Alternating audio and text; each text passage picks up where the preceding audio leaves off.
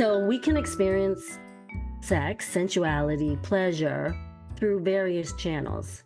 And so one is sensation, and that's one of the channels. And we kind of think like, oh, that's what it all is. It's all about sensation. There's also thoughts. Mm-hmm. It can be like we could just talk about something. We could, and you can. That's why you can like take and read a book, and Yeah. it can be sexy. There's image.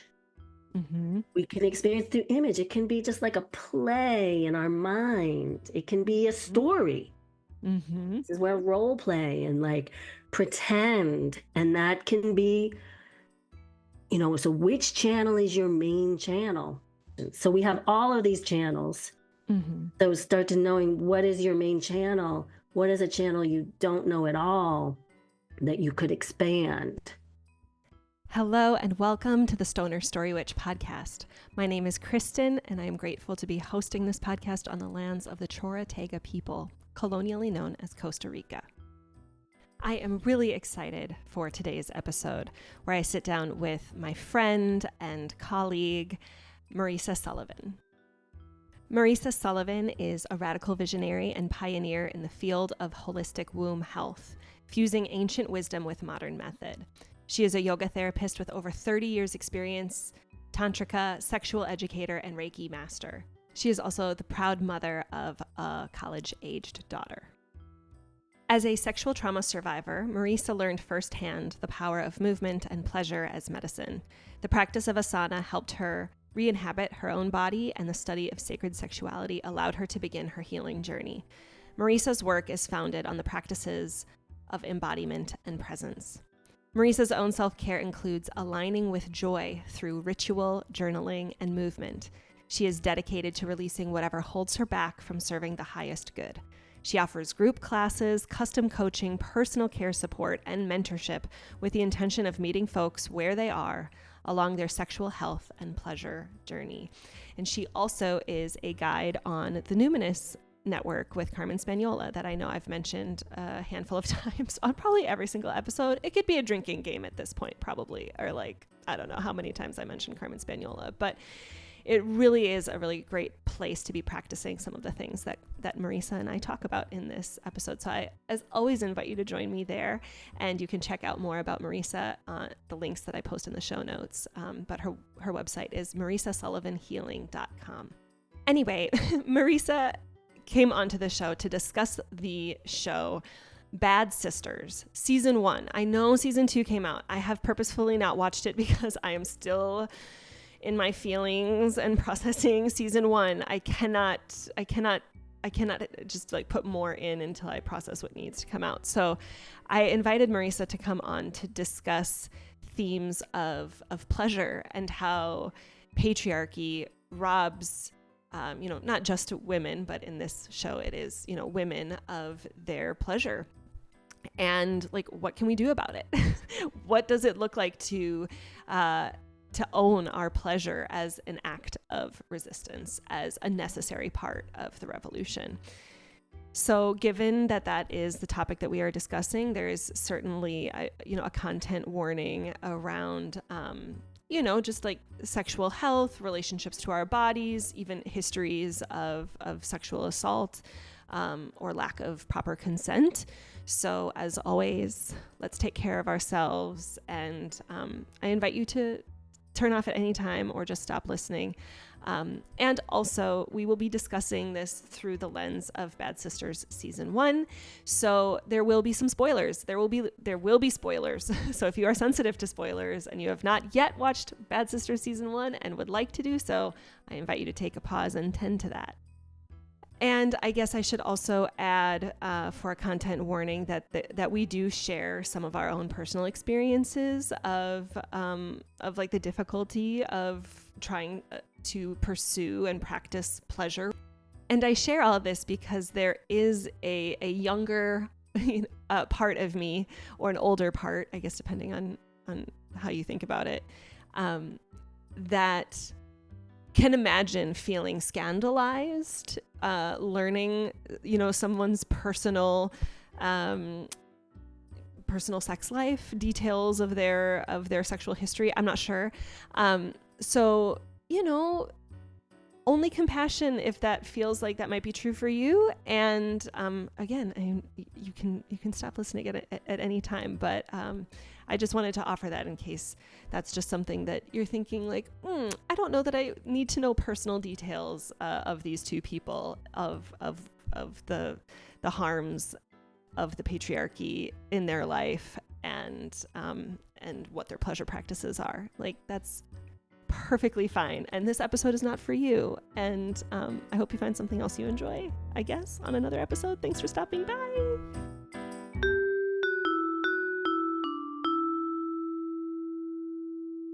All right, so I want to take this time to give a little synopsis of Bad Sisters Season 1 so that if you haven't watched it and you're not planning to, and you just like want to kind of, be in on it, hopefully it'll equip you to be able to follow along with our conversation.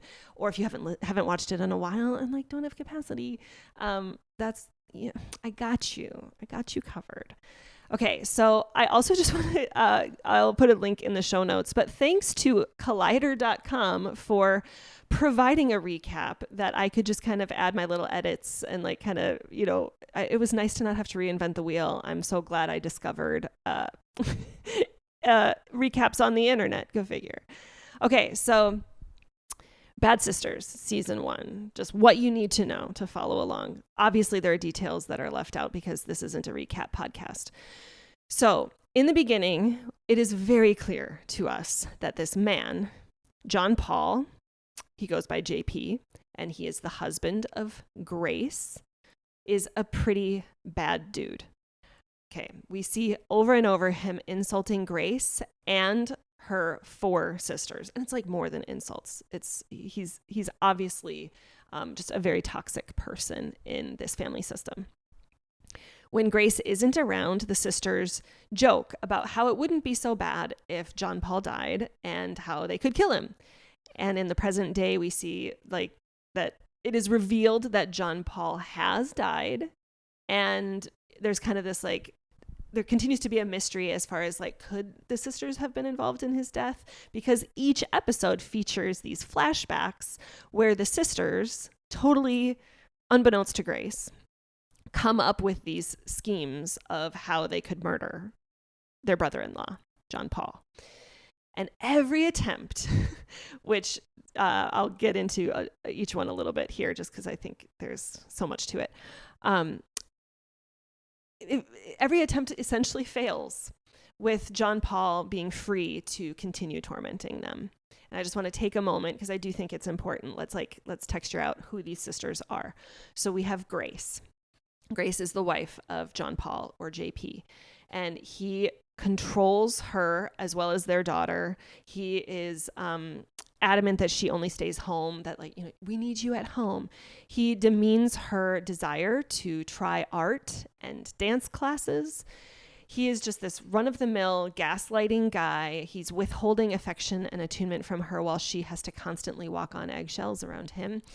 He weaponizes contact nutrition to manipulate her into missing her annual Christmas swim with her sisters, this like tradition they do every year since, or maybe even before their parents died. There's this trauma that all of them have, that their parents died when they were really young and the older sister kind of had to raise them. Anyway, John Paul takes advantage of this. We see this scene, and I just think this encapsulates so much about him. So that's why I'm just offering one little nugget, but he has got a receipt list of issues that we could go into. But we see that his daughter is like, oh, mom's getting ready to go for the Christmas swim. So he like brings her a tray of oysters and a glass of champagne. And he's weaponizing this contact nutrition that he like wants to be with her. He's like giving her these like kind eyes, and like she's so starved for attention and affection from this man, and he's showering it onto her. But then when they're done, she like grabs her towel and she's ready to leave. And he starts shaming her for, being so foolish as to risking her safety by getting in a car after drinking one glass of champagne. And it's like, he totally knew what he was doing. Like he is purposefully trying to keep her away from her sisters. I think I mentioned he withholds sex from her. He says that he, has trouble getting it up, but it's also pretty obvious that he has like a decent self-pleasure practice with his computer and his hand. And then, when he then finds a sex toy that Grace's sister gave her, he shames her for it, blames her for him not desiring her. This, like, dear listener, it is tough to watch in some ways, right? Nobody wants anyone they love to be married to someone like JP. Even if, and there's this one funny line that when he's particularly like jackassy to her in front of her sisters, she makes a comment to that, well, hey, I haven't had to take out the bin in 10 years.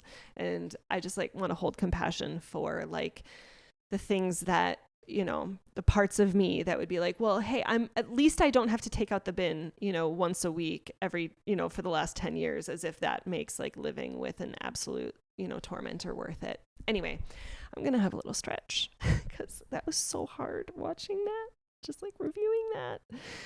Oh, but we feel for it.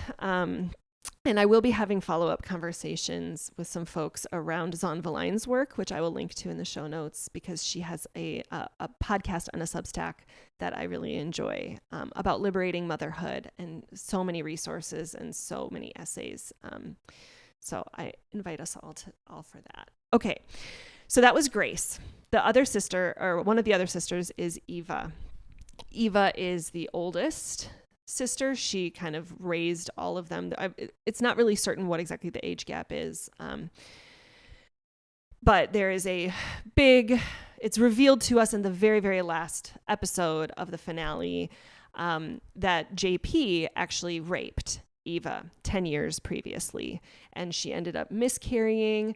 I wasn't really sure like if that was like he was the father of that baby. She was in a different relationship that we know about anyway, but we know that she has struggled with infertility ever since that rape.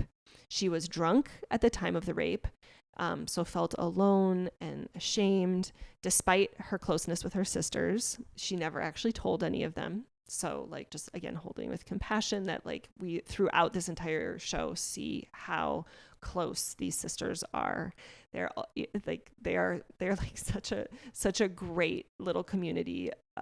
This amazing family, and yeah, just the sadness of like the realization that like she didn't throw to any one of them for support through that.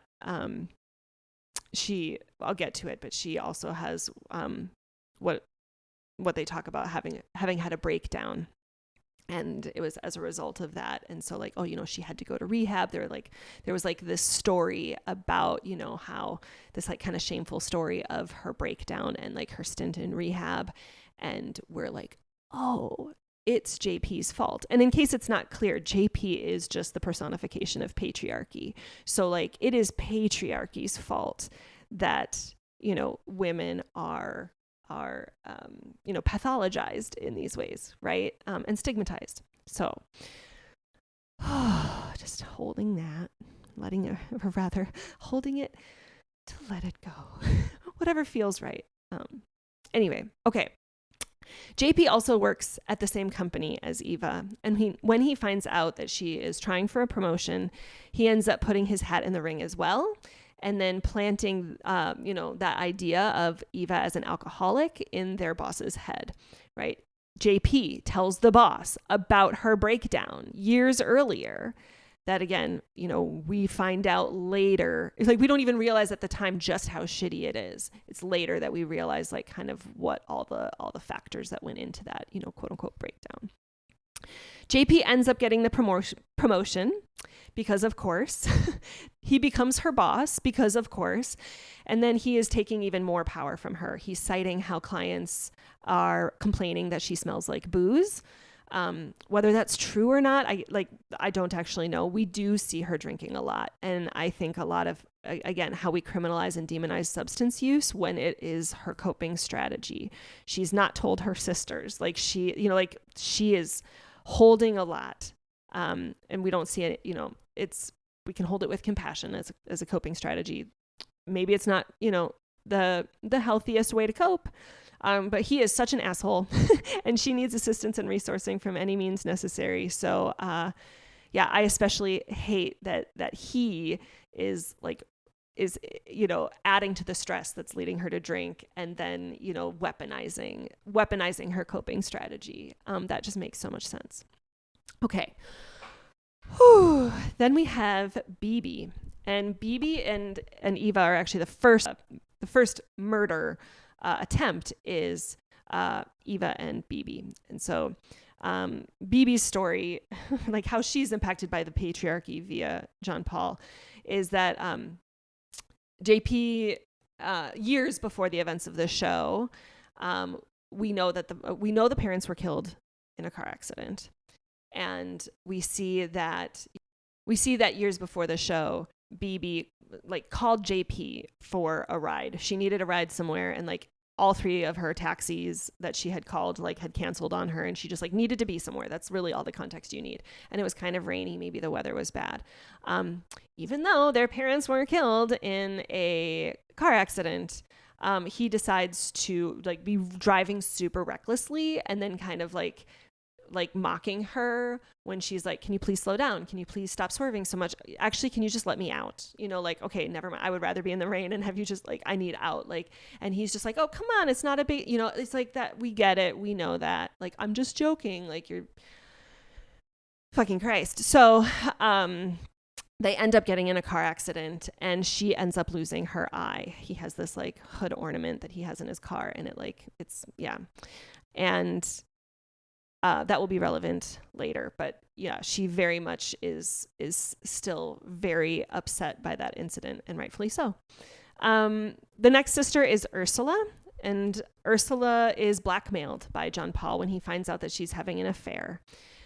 He switches the number of the boyfriend in her phone for his, and then from that contact, that where he's appearing to be her lover, he asks for a sexy pic. And then when she sends it, he reveals that like, hey, that wasn't actually your boyfriend. It was me. And now I'm blackmailing you.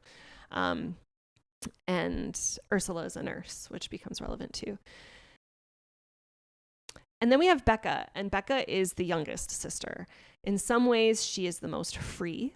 Unlike Eva, she didn't have to grow up really fast in order to raise her sisters. She isn't in a relationship. She is child-free. However, we know that we see this development throughout the series and these flashbacks of these big dreams that she had to open her own massage studio. And we see how John Paul had shown her his support and offered her a loan.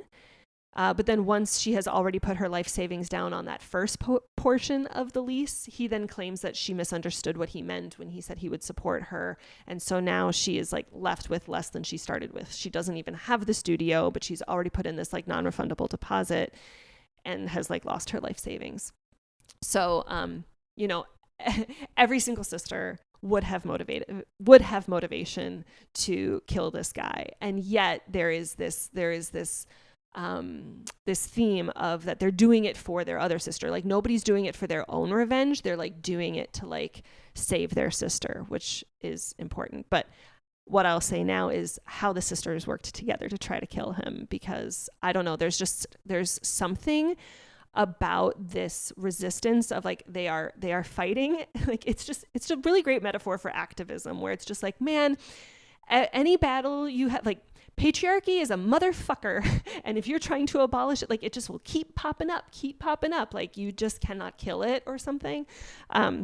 So the first murder attempt is Eva and BB working together to blow up their cabin, like his family's cabin, and they like buy a concert ticket for his wife and his daughter so that they can go and like actually like have a free time together to like move their bodies and listen to music and have this like big shared awe experience with all of Dublin.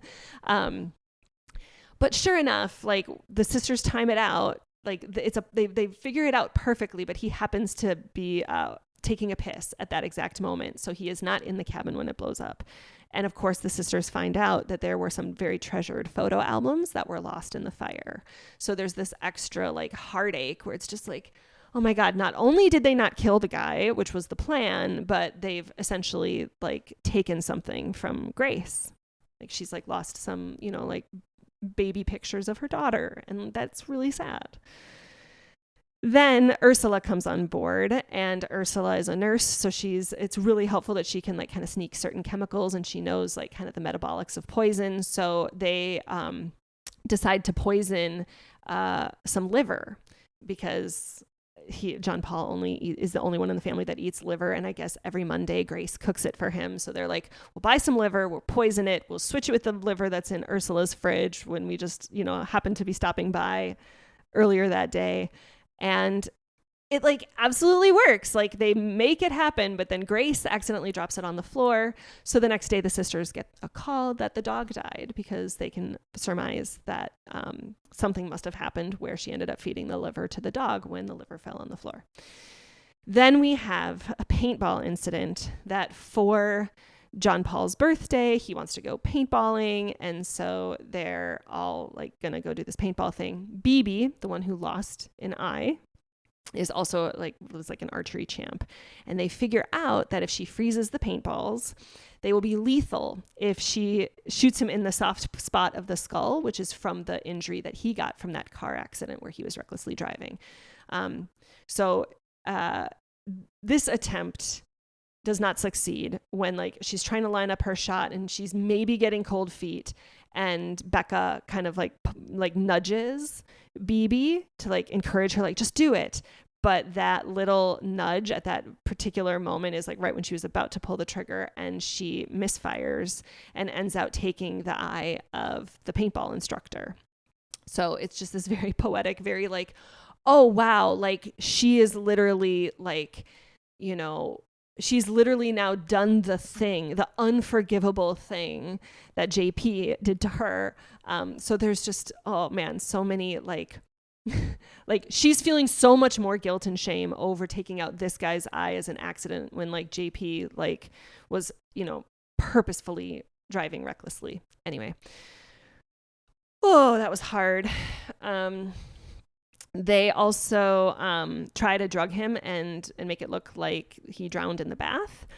And that also fails and results in Eva becoming estranged from one of her really good friends and her coworkers, who was there at this, actually was the one that saved him from the, there's more to say, but then also saw that Eva was there and just knew that something was up and just was okay, you're not trustworthy and I can't be your friend anymore. So, and then the final one is, the youngest sister, Becca, is a massage therapist, and she ends up becoming really good friends. It's this beautiful, intergenerational friendship with JP's mom.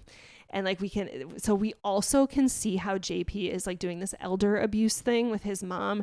I mean, he's he's a good enough son, and he gets her groceries for her every week, but he just absolutely treats her like trash and just says just really offensive things, just is not, anyway. So it's really nice that Becca kind of forms this friendship with JP's mom. And just without wasting too much more, emotional and mental capacity on details, I will just say that there's another attempt where they try to take JP's life, and it ends up being his mom that is killed. So it's wow, Becca ends up actually killing her friend, right? And how women get caught in the crossfire of trying to fight the patriarchy, and so I just really want to hold very tenderly that every fucking attempt that these sisters have ends up in some sacrifice from one of the other sisters, a huge emotional load or and literally harm, in the case of Minna. And anyway, so all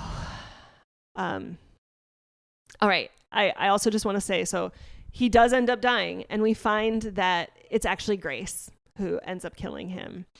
And it seems really noteworthy that it was the thing that really motivated her to do it was the revelation that JP had raped Eva, that she was finally motivated to kill him for the same motivation, which is for what he has done to my sisters.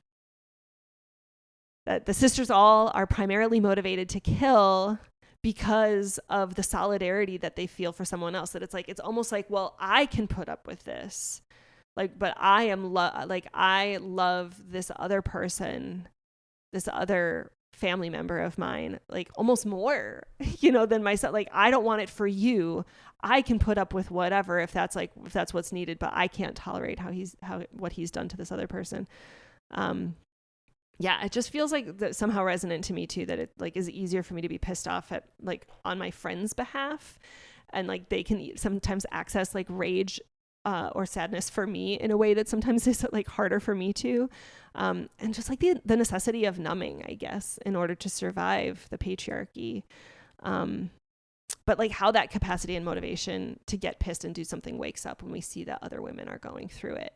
And so I think that is part of my hope with taking some time to really sit with this season of Bad Sisters and be having these questions of like, what is it like to be combating the patriarchy in our lives and in our relationships, especially when we're in hetero relationships. I know Zonva Lines is going to be doing a podcast about like how even though her husband is great in so many ways, he still is a threat to her every single day, because every single day he could wake up and do something differently, and she is just like by virtue of being a hetero woman in the patriarchy would be at a disadvantage, and just the immense amount of trust that it takes for women to be living with a man when we know that 1 in 5 women have experienced domestic violence,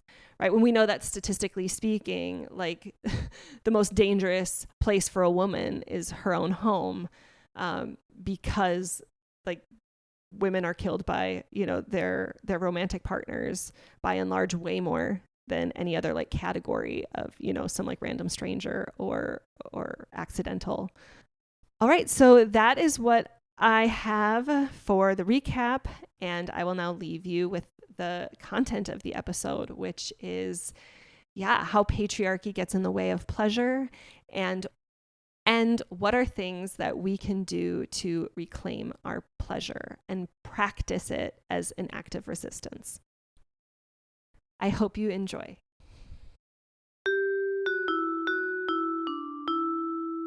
Hello, Marisa. Welcome to the Stoner Story Witch. Yay. I'm so glad to be here. Being together on the Numinous Network and in facilitation training, the threads of community and making that happen organically is so exciting, and it's always right.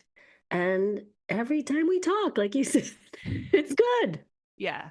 I always really like connecting with you.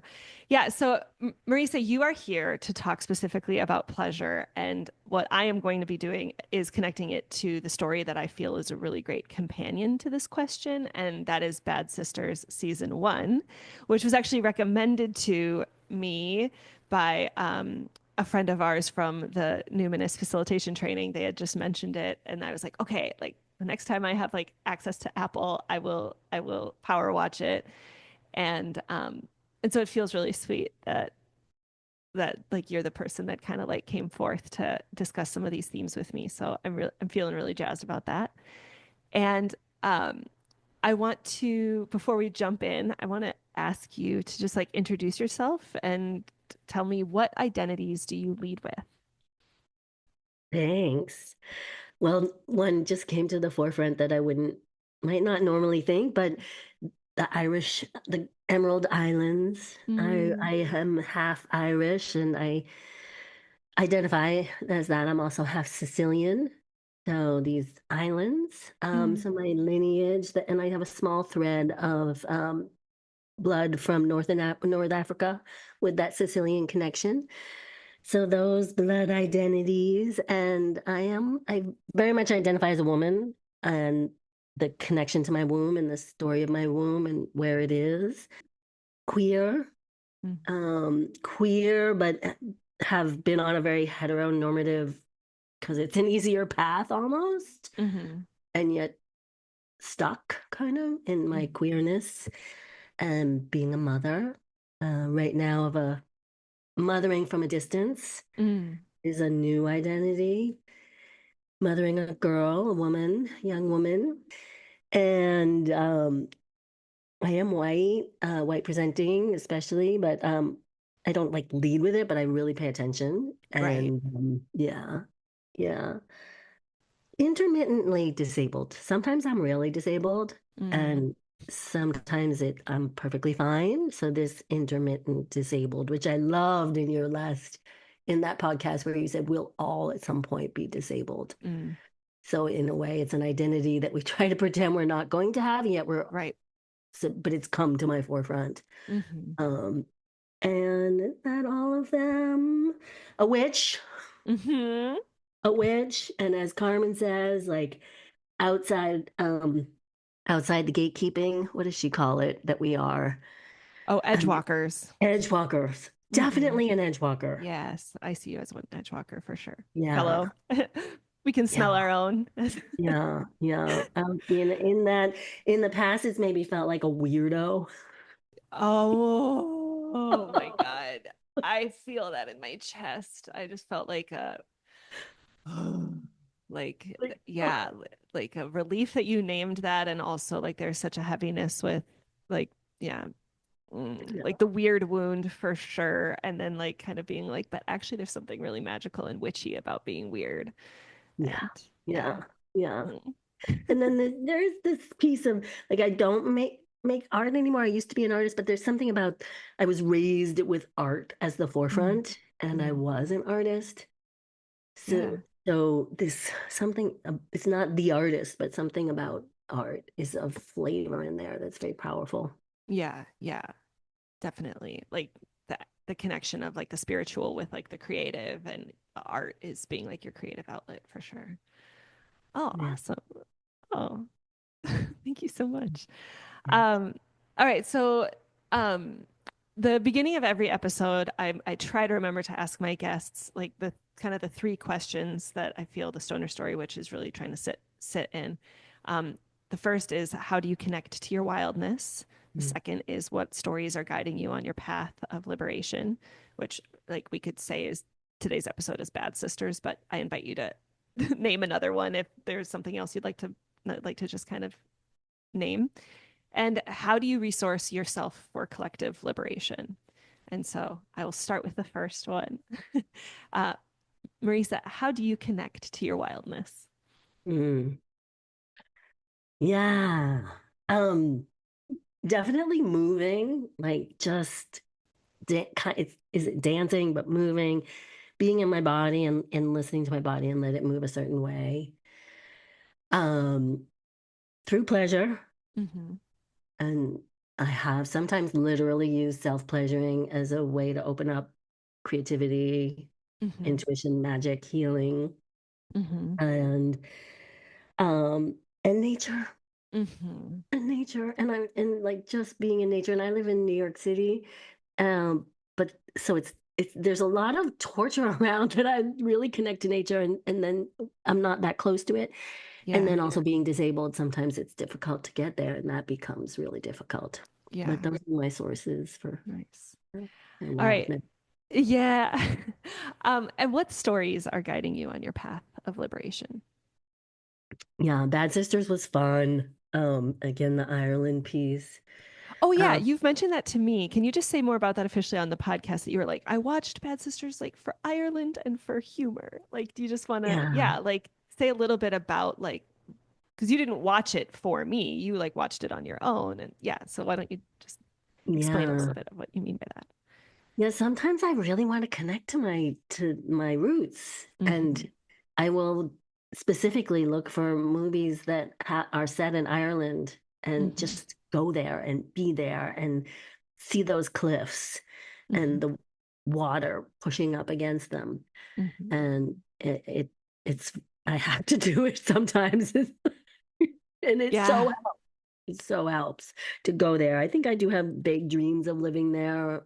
Um, but I definitely want to visit again. I've been there once. Yeah, it's a way of like kind of like spiritually like visiting a place by like being immersed in like a story that's taking place in that landscape. This is Yeah. kind of what I'm hearing you say. Oh, that's beautiful. Definitely. Definitely. And then how do you resource yourself for collective liberation? It's very similar to the wildness, but I feel like it's worth coming at it from two different And angles. from this one for my own liberation, right? Well, I would say like, Well, there is no collective liberation without without. individual liberation. So I think they're related for sure.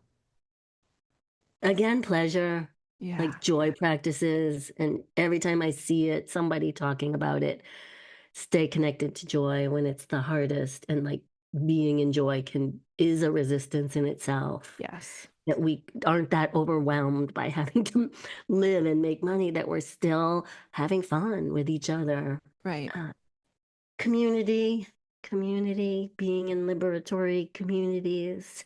Mm-hmm. Um, yeah. I can't even speak. There's something to say about this right now that I'm just in this like loss for words. I guess which is probably, I went into this like zone that was kind of beyond words. So I think that's being in the realm of the imagination, Mm. being in what we don't yet know. We start to be on the edge of it, but trusting being on the edge of something, that we're looking towards something that we can't even quite see fully yet. Right. So Yeah. that delight of the imagination and possibility.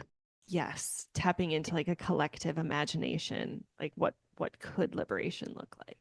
Yes. Yeah. It could be Oh, this, but it's also even beyond that. Like right. we can't even from here in the midst of everything, can't quite yet see Right. it. Right. Right. Yeah. I really love you speaking of pleasure being liberatory. Um, and it it reminds me, I was planning on mentioning this probably at some point in the episode, but I think now sounds as good a time as any. Like that after Brett Kavanaugh was not elected as Supreme Court Justice, I remember just feeling like such a hopelessness and like such a despair. But like I also knew that I was just like so uninterested in partnered sex. And because I was in a hetero, monogamous, still am relationship. And I just like, I got myself a really nice vibrator, and I like, it was like I was making the connection of how there is a certain population of people in the United States that do not want uh women and queer LGBT bodies to be experiencing pleasure. And I was just like, fuck that. Like, I'm going to Yeah. get a really nice vibrator and I am going to like be committed to this practice. And it was, and there was like a spiritual or magical component to it too, because I had this intentionality that wasn't around like shame. It was from a place of like, I am reclaiming something that people do not want me to have.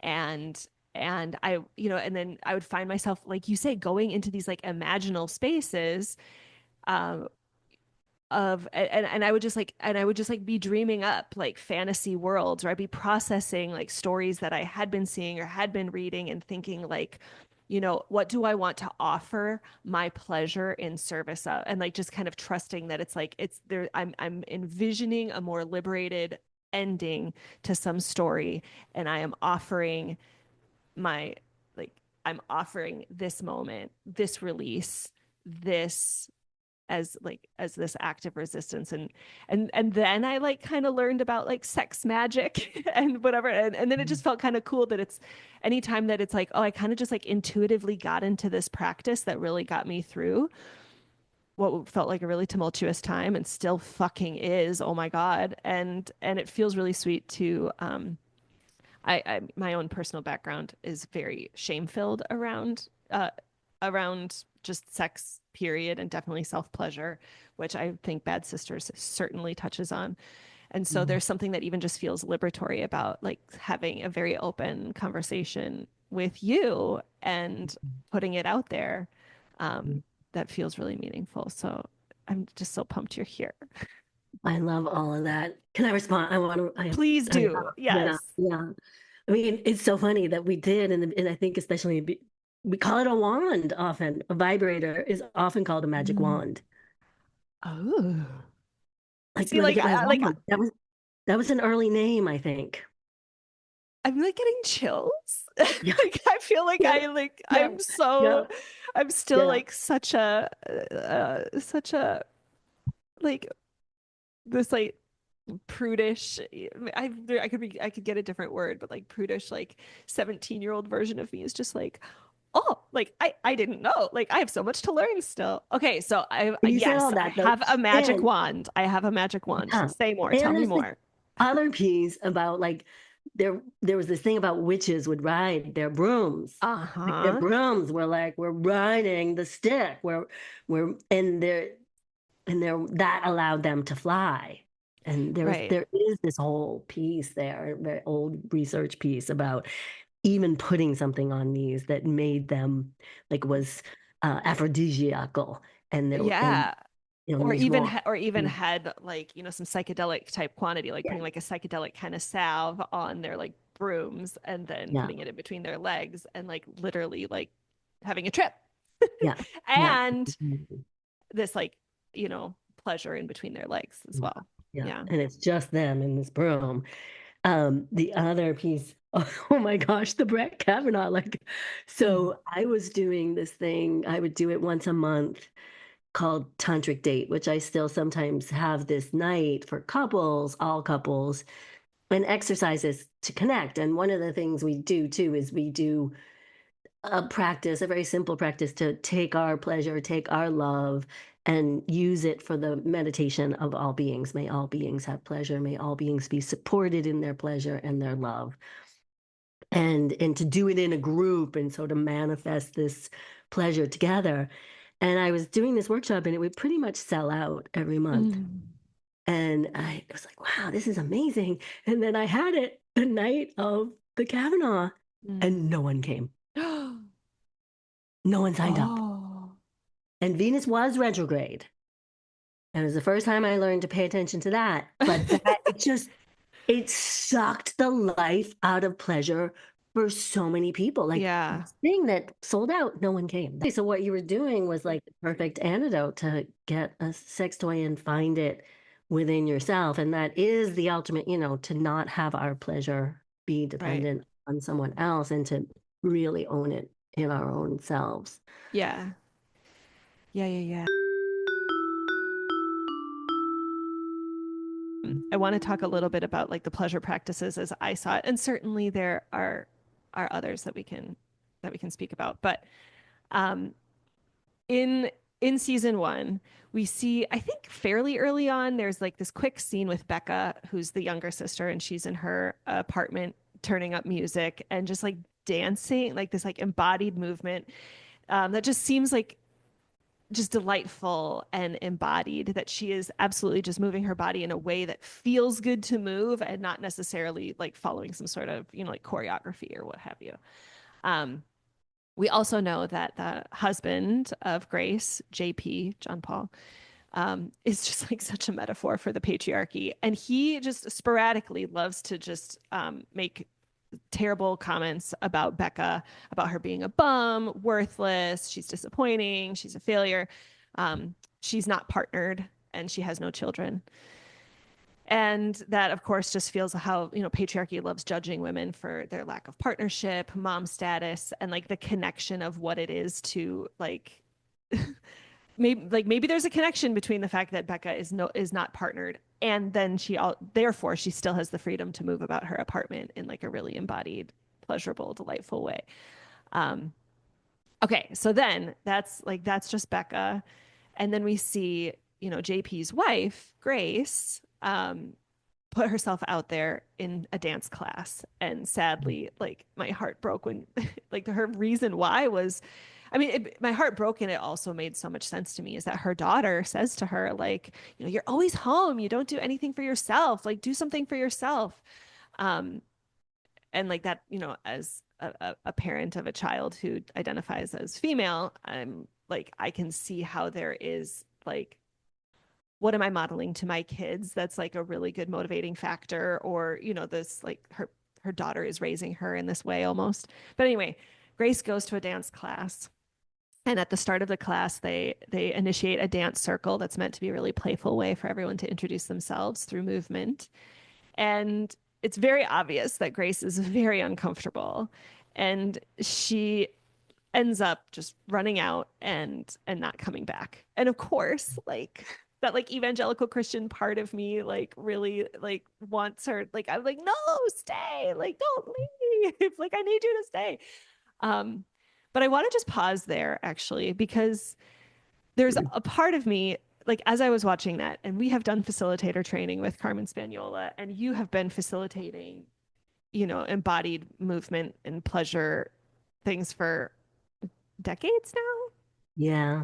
Like Yeah. I saw that as like such a, we can forgive the facilitators of that dance circle. Like I'm not pointing fingers I've or made anything. that mistake many times. Right. Yeah. But it's like, okay, so like let's just name that, like that was, on this podcast, I talk a lot about secure attachment, and is being safe, seen, secure, and soothed. And soothed is, about like being able to attune, having emotional resonance. So like for a facilitator to recognize a new face and be curious, like, what is your experience with this Yeah. type of thing? Do you have any experience in dance? Or, like introduce yourself, or even anyway, I'm Mhm. already talking about my thoughts, but I'm curious, like when you saw that scene, like, you know, holding compassion for Mhm. whichever Marisas have Yeah. perhaps done similar acts of misattunement, but like, for any listeners out there who've maybe been Grace in that sort of situation, like what would a corrective experience have been, or what could that facilitator have done that might Yeah. have changed that experience for Grace? Yeah. I mean, that whole segment, that what Grace was doing was so beautiful. Like her daughter pushed her, but she was starting to realize that that her husband was pulling it out of her, and Yeah, she was in this journey to try to reclaim her pleasure. And she right. went to the drawing class to reclaim art, pleasure, Uh-huh. embodiment. She was really key focused on doing something for herself Right. and for nobody else. Mm-hmm. And so she goes to that dance class. So one thing is this so important question of, hey everybody, why are you all here? Right. What do you want from this experience? To put that out in the room. So Mm-hmm. what a thing to have heard Grace say, I am so not in touch with my body, so I'm here to try to reclaim my body. Like, whoa, then you have some information. Right. I'm not, as opposed to I've been dancing for 20 years and this is my new form and dance keeps me alive, so I'm here to keep it moving. Like, That's a who, very different, yeah. yeah, why are you here? That question, to hear from each person their intention for being there. Where are you, when we arrive to a circle, and just how are you arriving? Oh, I love that. I'm How are arriving. you? Yeah, how are you arriving? I'm terrified. Yeah. I'm here and I'm have this little bit of courage that I brought myself to this really scary place. Like I'm here Mm-hmm. to know that. And obviously, as a facilitator, you'd be seeing that. Mm-hmm. A skilled, And yeah. yeah, you'd be seeing, whoa, this person is terrified. And Right. finding a way to support them in that. I mean, it's so funny the way that Jump here we go. in. Hi everybody, jump in. Let's make a circle and jump in the middle and dance in front of everyone. Right. Yeah, I remember like Carmen saying like, you need to give care and clarity, like care for the anxious attachers and clarity for the avoidant. And I'm not even trying to label what her attachment style is, but it's like there was no clarity. There was just like, we're doing this thing, we're just like jumping in. And I was thinking too, there like, there could have even just been some uh like reminder of options and Yeah, choice.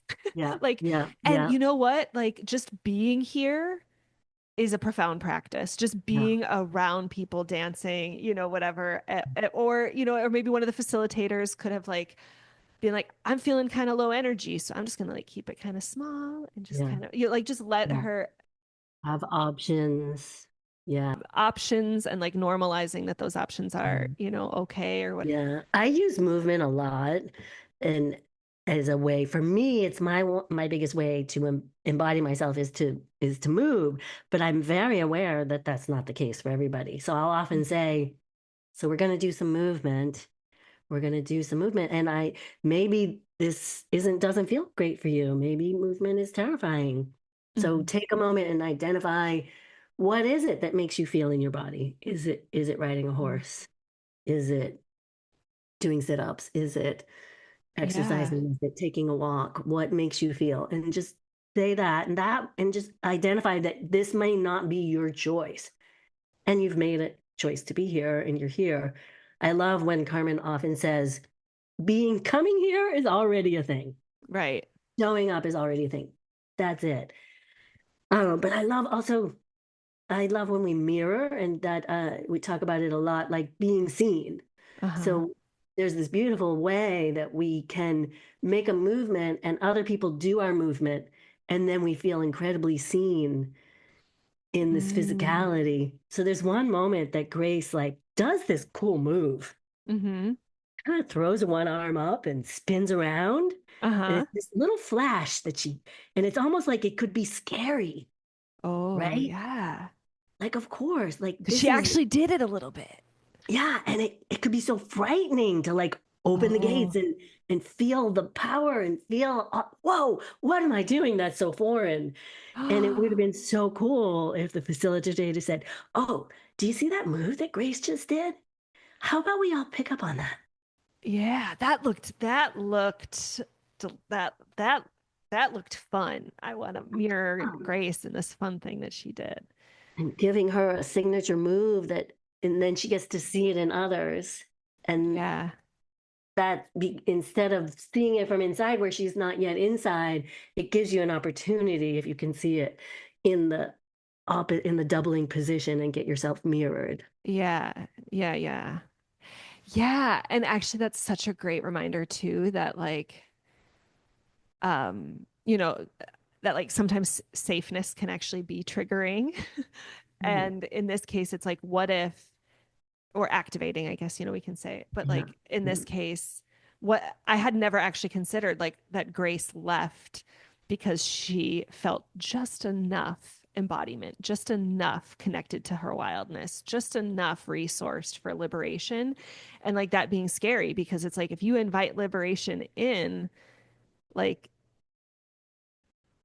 then it's going to work on you, and Yeah. it's like you're Yeah. and it's like it's gonna be like it's just a matter of time before then like then like more and more and more pleasure wants to come, right? And so Mhm. I um Yeah. That's where, and we yeah. often say, take things in small bits, right? Mm-hmm. Can we just rest in goodness for 2% more? Just that idea of resting in goodness. So instead of a full-on circle and you're dancing in the middle for 3 minutes, like, Uh-huh. could you do a move? Could you do a move that is how you feel right now, and have that, and then pause and like, so how was that?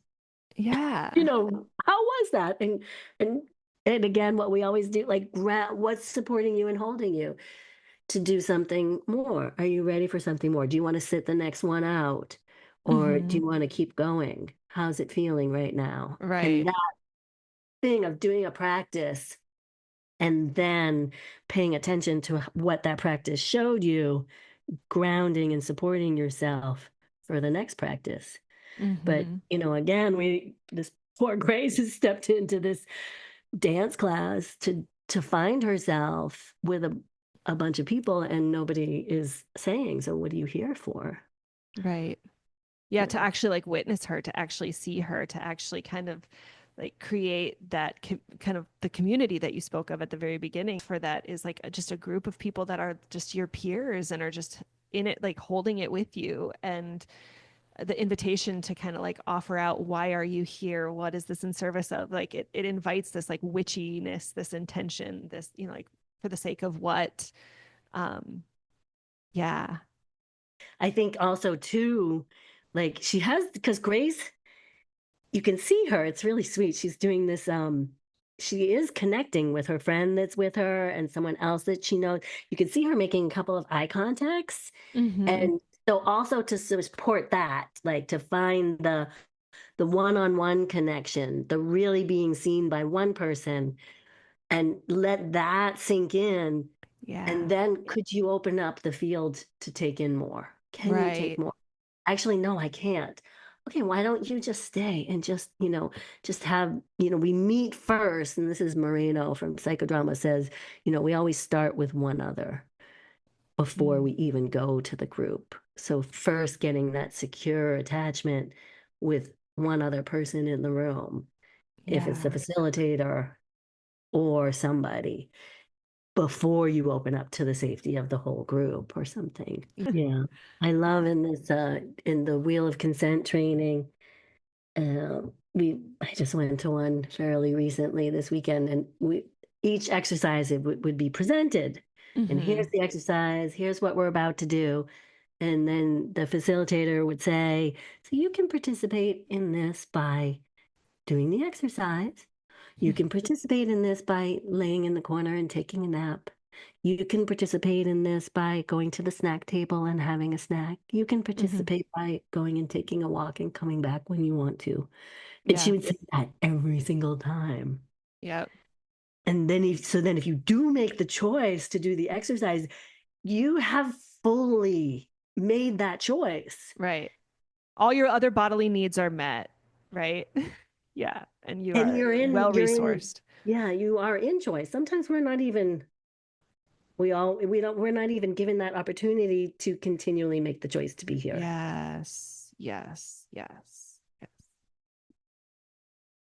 Oh, I love that. Yeah. All right, you also mentioned Grace's art class, and I liked that too because that was kind of because, and I love that you named it even without me like queuing it up for you, like the connection of creativity, which I certainly dance is also creativity, but this like a different medium of a creative practice.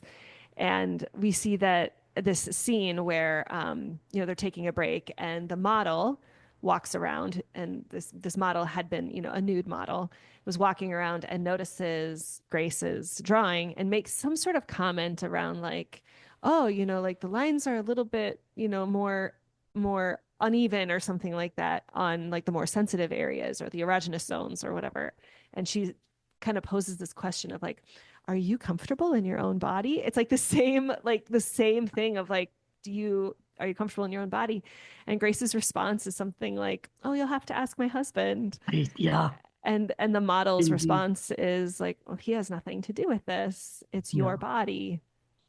And then she kind of explains to her sisters that like she has these needs, and John Paul, like he seems like he can masturbate just fine, but then he's like saying he can't get it up for great, like I don't know, it feels to me like he is like very intentionally withholding, so he's not meeting her needs sexually.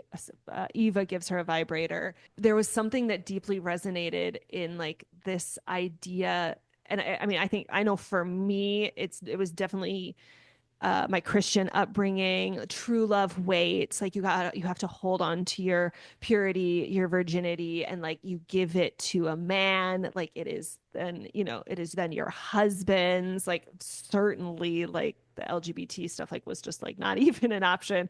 Um, and and just like how there is still a part of me that even with my own, like my self pleasure practice, I like I treat it differently than I do if I'm like, oh, I'm gonna go paint, or I'm gonna go record a podcast. Like I don't just say like, oh hey, like I'm gonna go have a pleasure practice in the bedroom. Like please don't, I'm trying to get there. I think I've done that maybe once or twice of just like being like, hey, like I'm doing this thing and it doesn't even involve you. Like we can get you in on the calendar if you want later, but like right now I'm doing my own thing.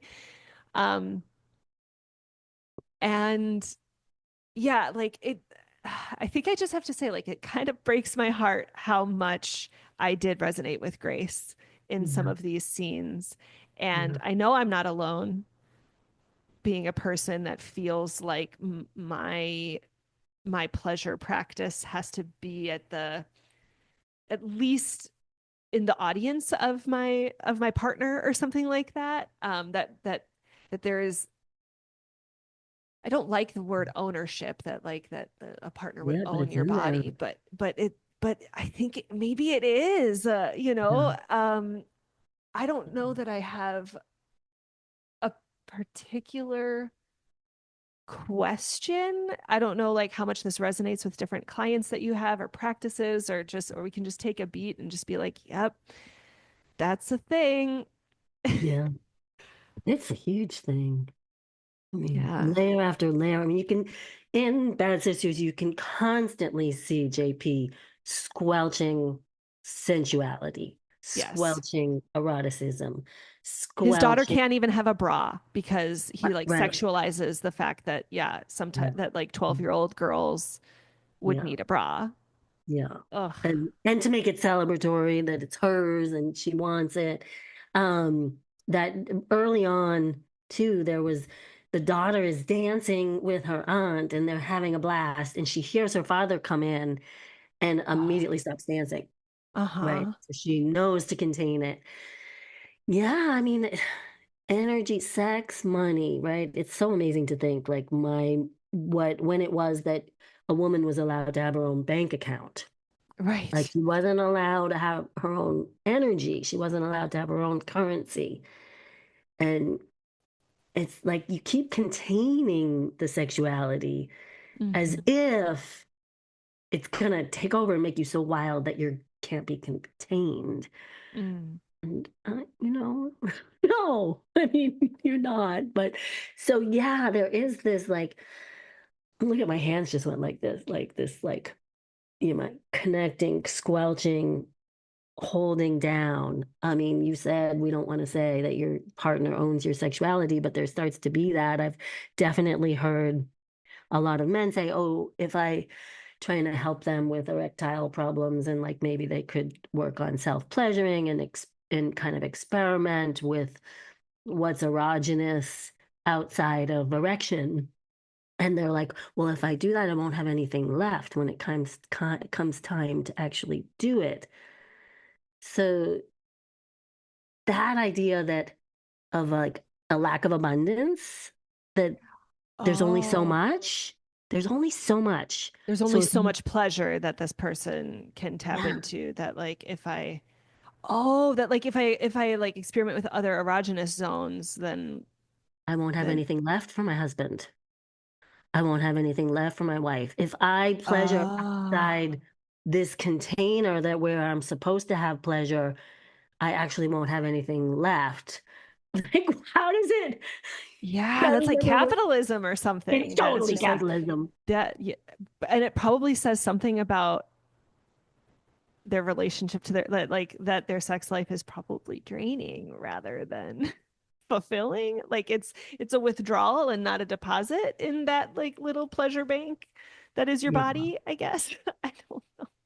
And there is this wild thing about erectile tissue in a woman's body that, it has the actual tissue, like you can have an orgasm, it swells up, you have an orgasm, and it is replenishing of itself, whereas a man's erectile tissue actually does after the release, it goes away and takes some time.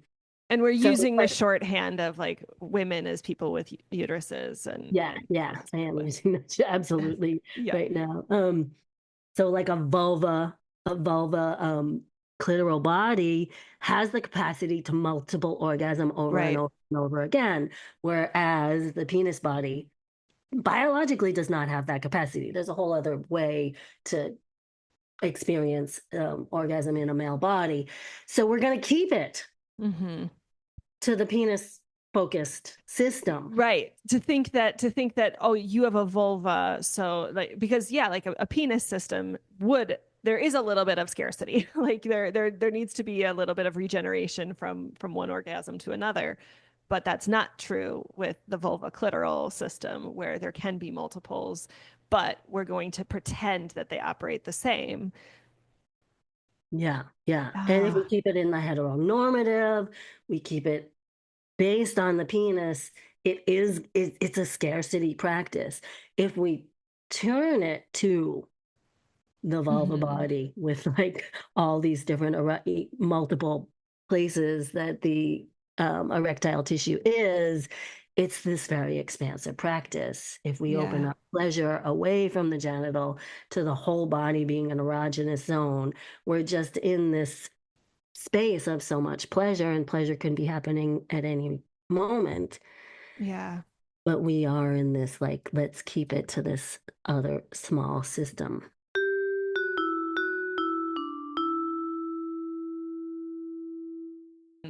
I also just want to say that like I noticed myself doing like some internalized patriarchy of even like as I was watching, like I found myself being like, no, Grace, like don't run out of that class. And then like after that art class, I don't know if we notice her doing that anymore, like going back to the art class.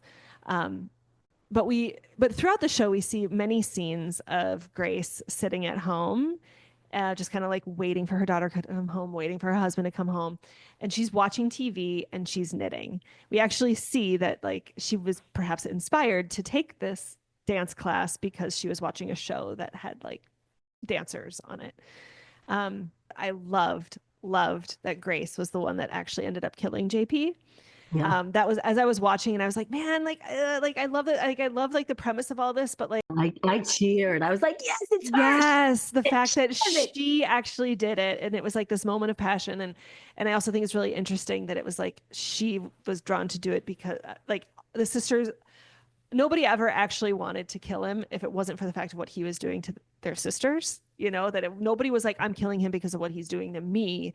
Like kind of like how we can like grin and bear the patriarchy when it's like happening to us, but then like when we see it happening to our best friend, like our best friend can't like open up a bank account or whatever, then like there's like a much higher rage. And this is my experience. And so I felt resonance in that.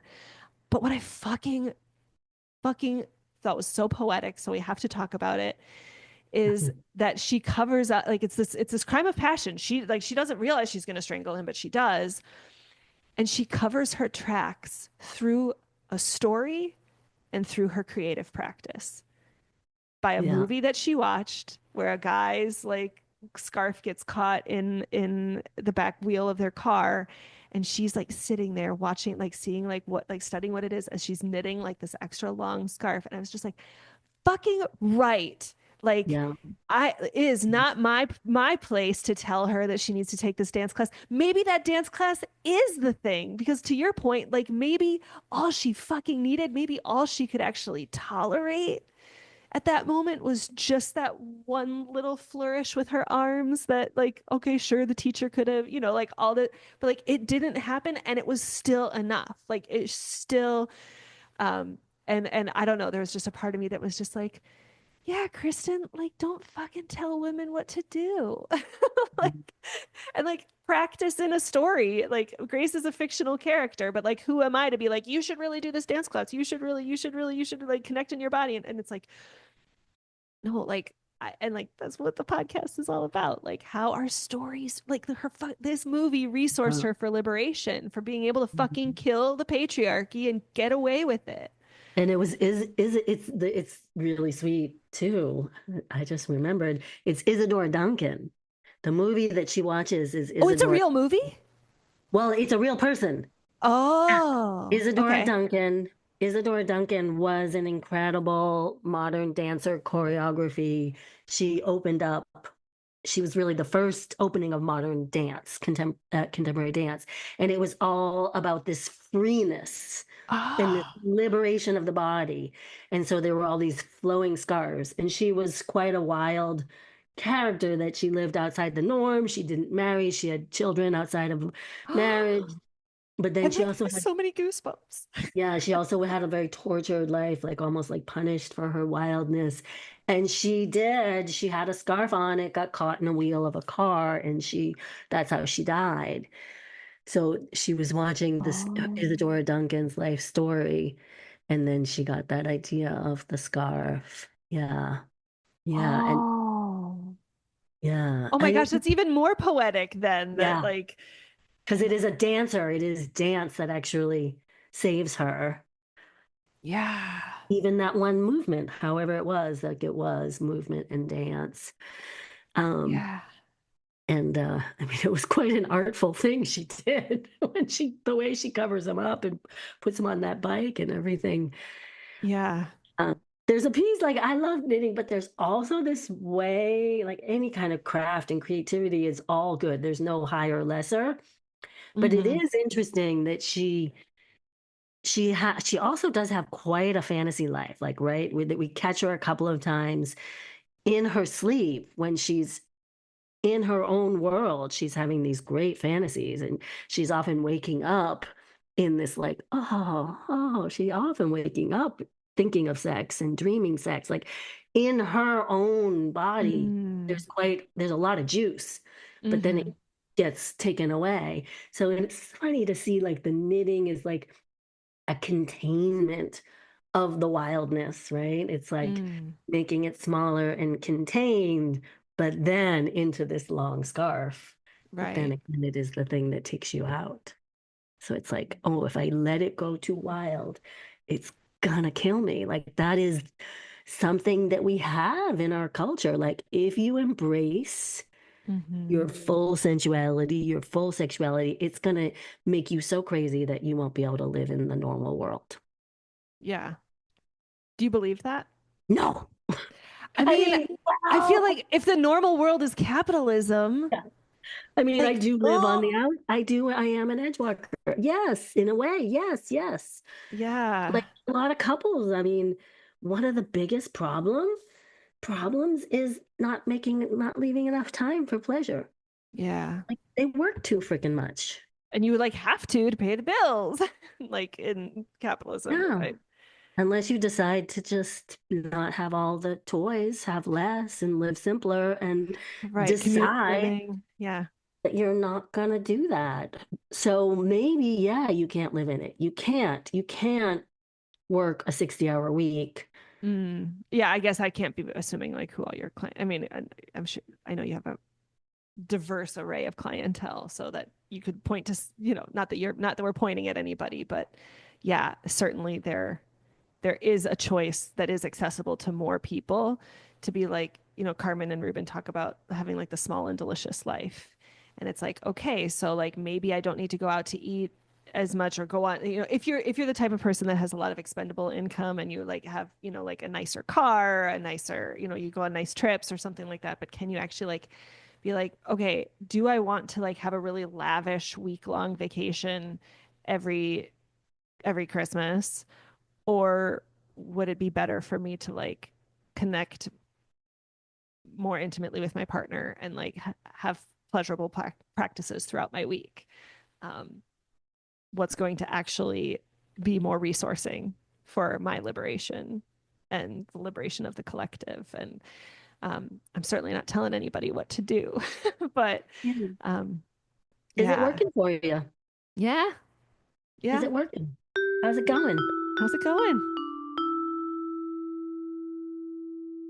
Kind of embodying your body and the connection of pleasure. Those aren't necessarily the same thing, but they can be.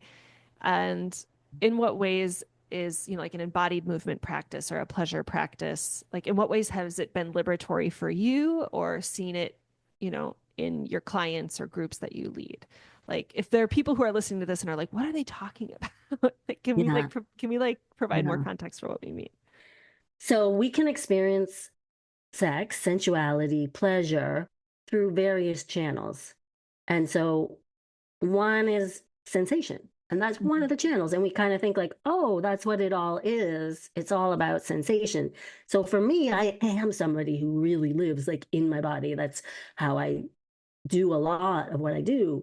It's Mm. a big channel for me, is the sense channel Mm-hmm. and the experiencing in my body. And it, for some, and this whole thing is like we can experience in all these channels. There's also thoughts. Mm-hmm. It can be like we could just talk about something. We could, and you can, that's why you can like take and read a book and Yeah. it can be sexy. There's image. Mm-hmm. We can experience through image. It can be just like a play in our mind. It can be a story. Mm-hmm. This is where role play and like pretend, and that can be So which channel is your main channel? Meaning making. What does it connect to? What does it mean to you? Mm. How is that? That can get in the way too. Mhm. Any of these can also get in the way. If you're really in the sensation channel, but your body is in pain, Yeah. you have to figure out how to use the other channels.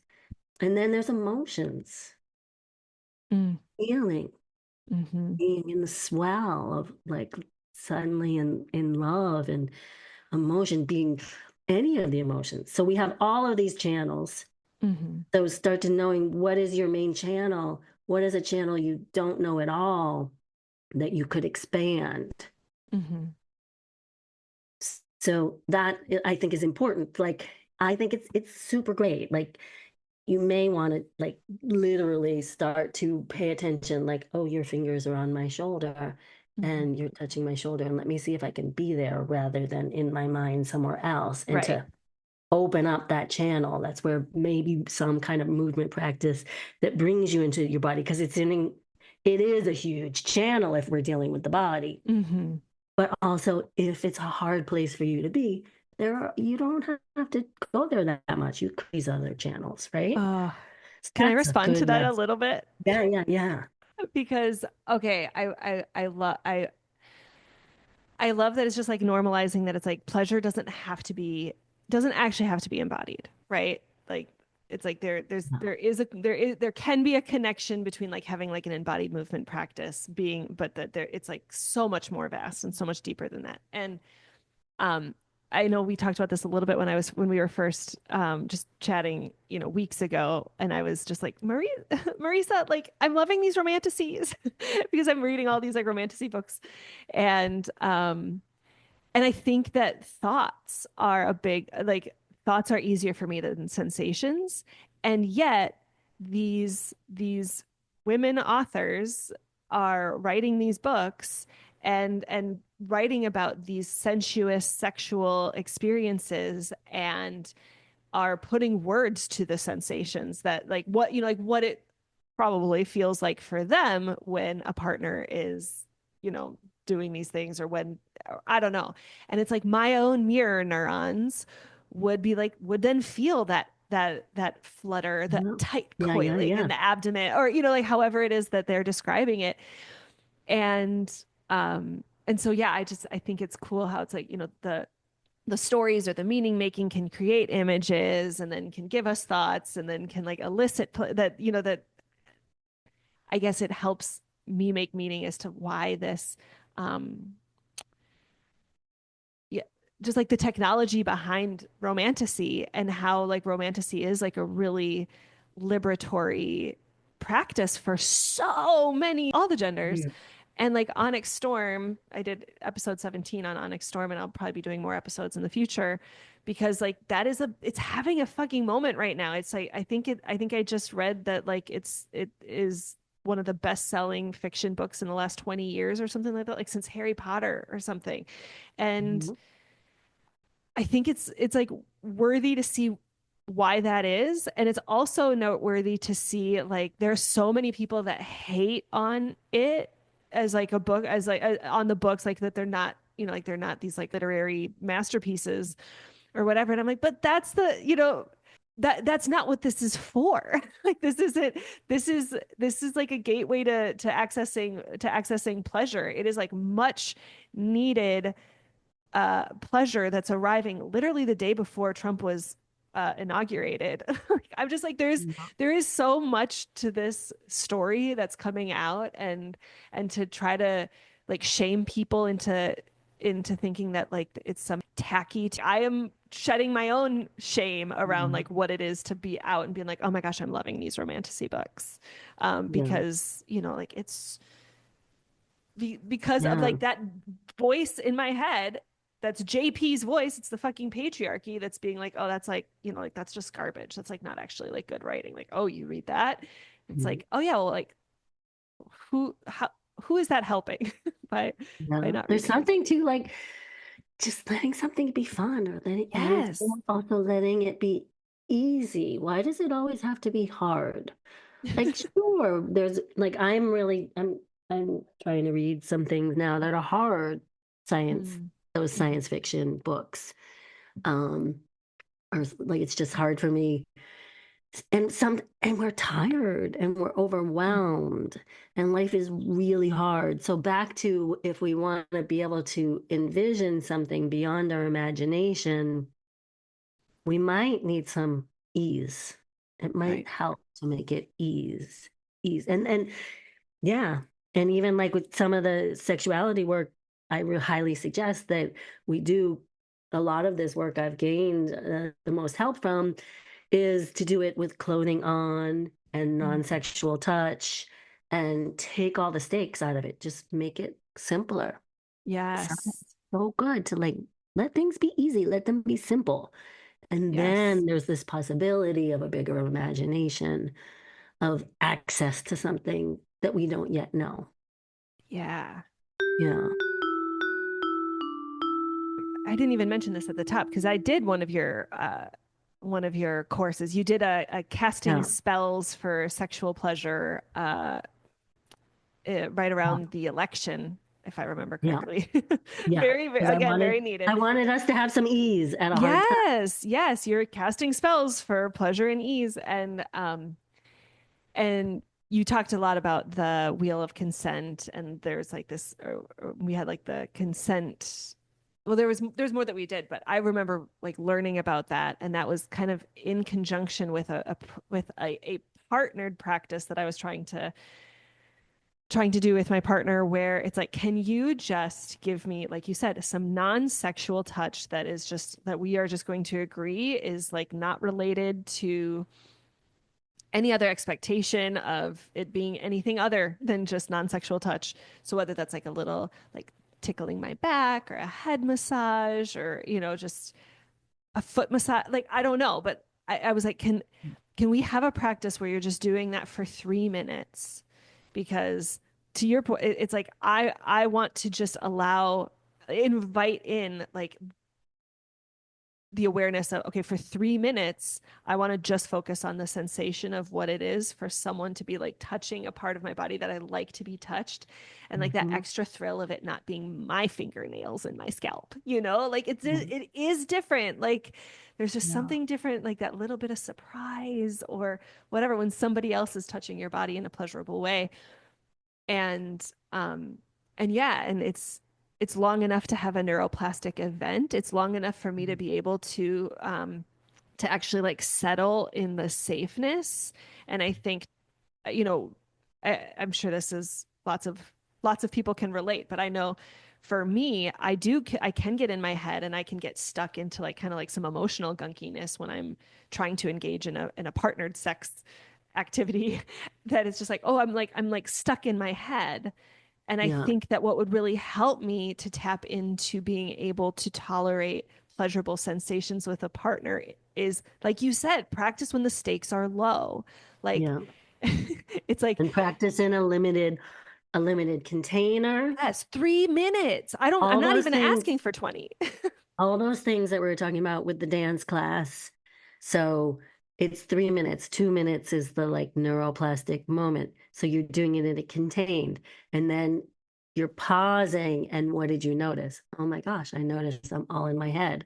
Oh my Mm-hmm. gosh, I noticed I'm not even receiving. I'm thinking about the fact that this is hard for me.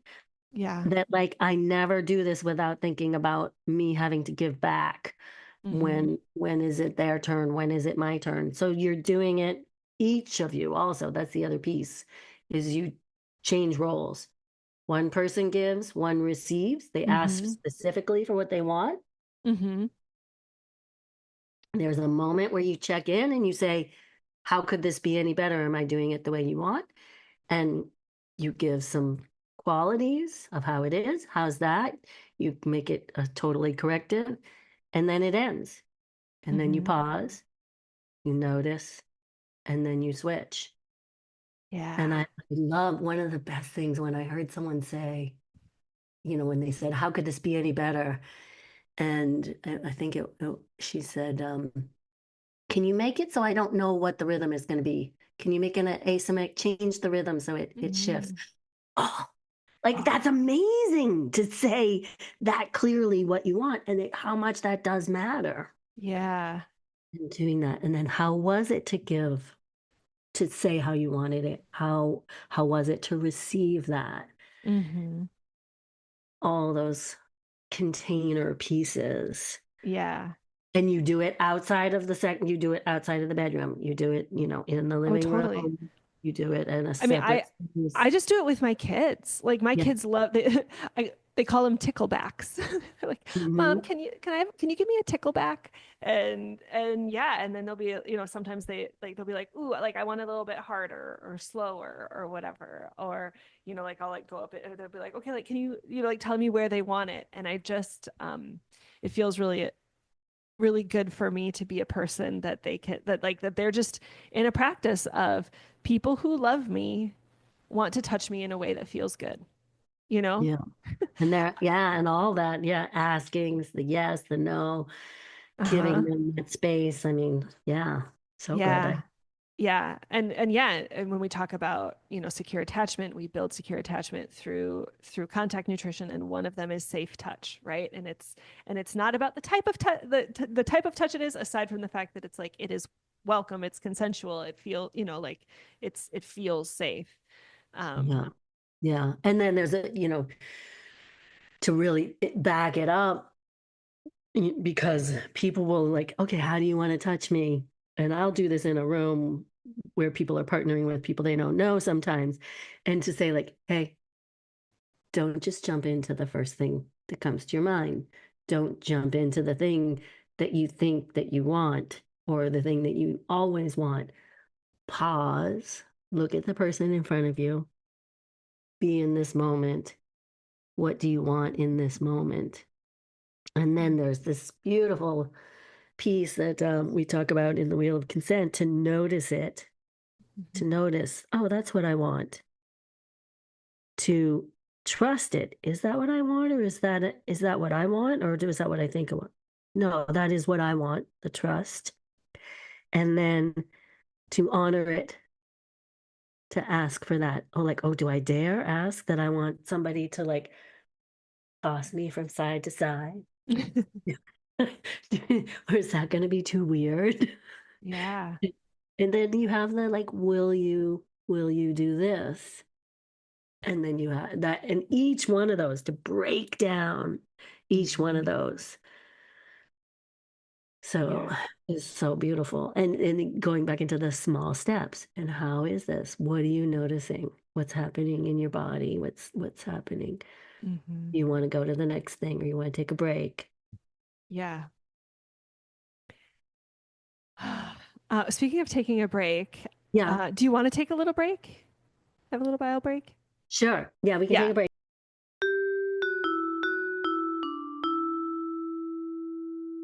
Feel really comfortable with you, and this feels like, I know that you're a therapeutic helper.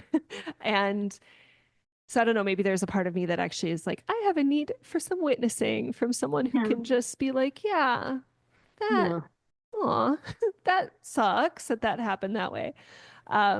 Because yeah, it's even though like I'm older and I want my thoughts to be different, I want my impulses to be different. Like this is there's still like residual gunk um yeah, around like my experience of what it is to like own pleasure. And I mean, I can just think back that, I mean, first off, when I learned about sex, like it was not explained at all that it was pleasurable.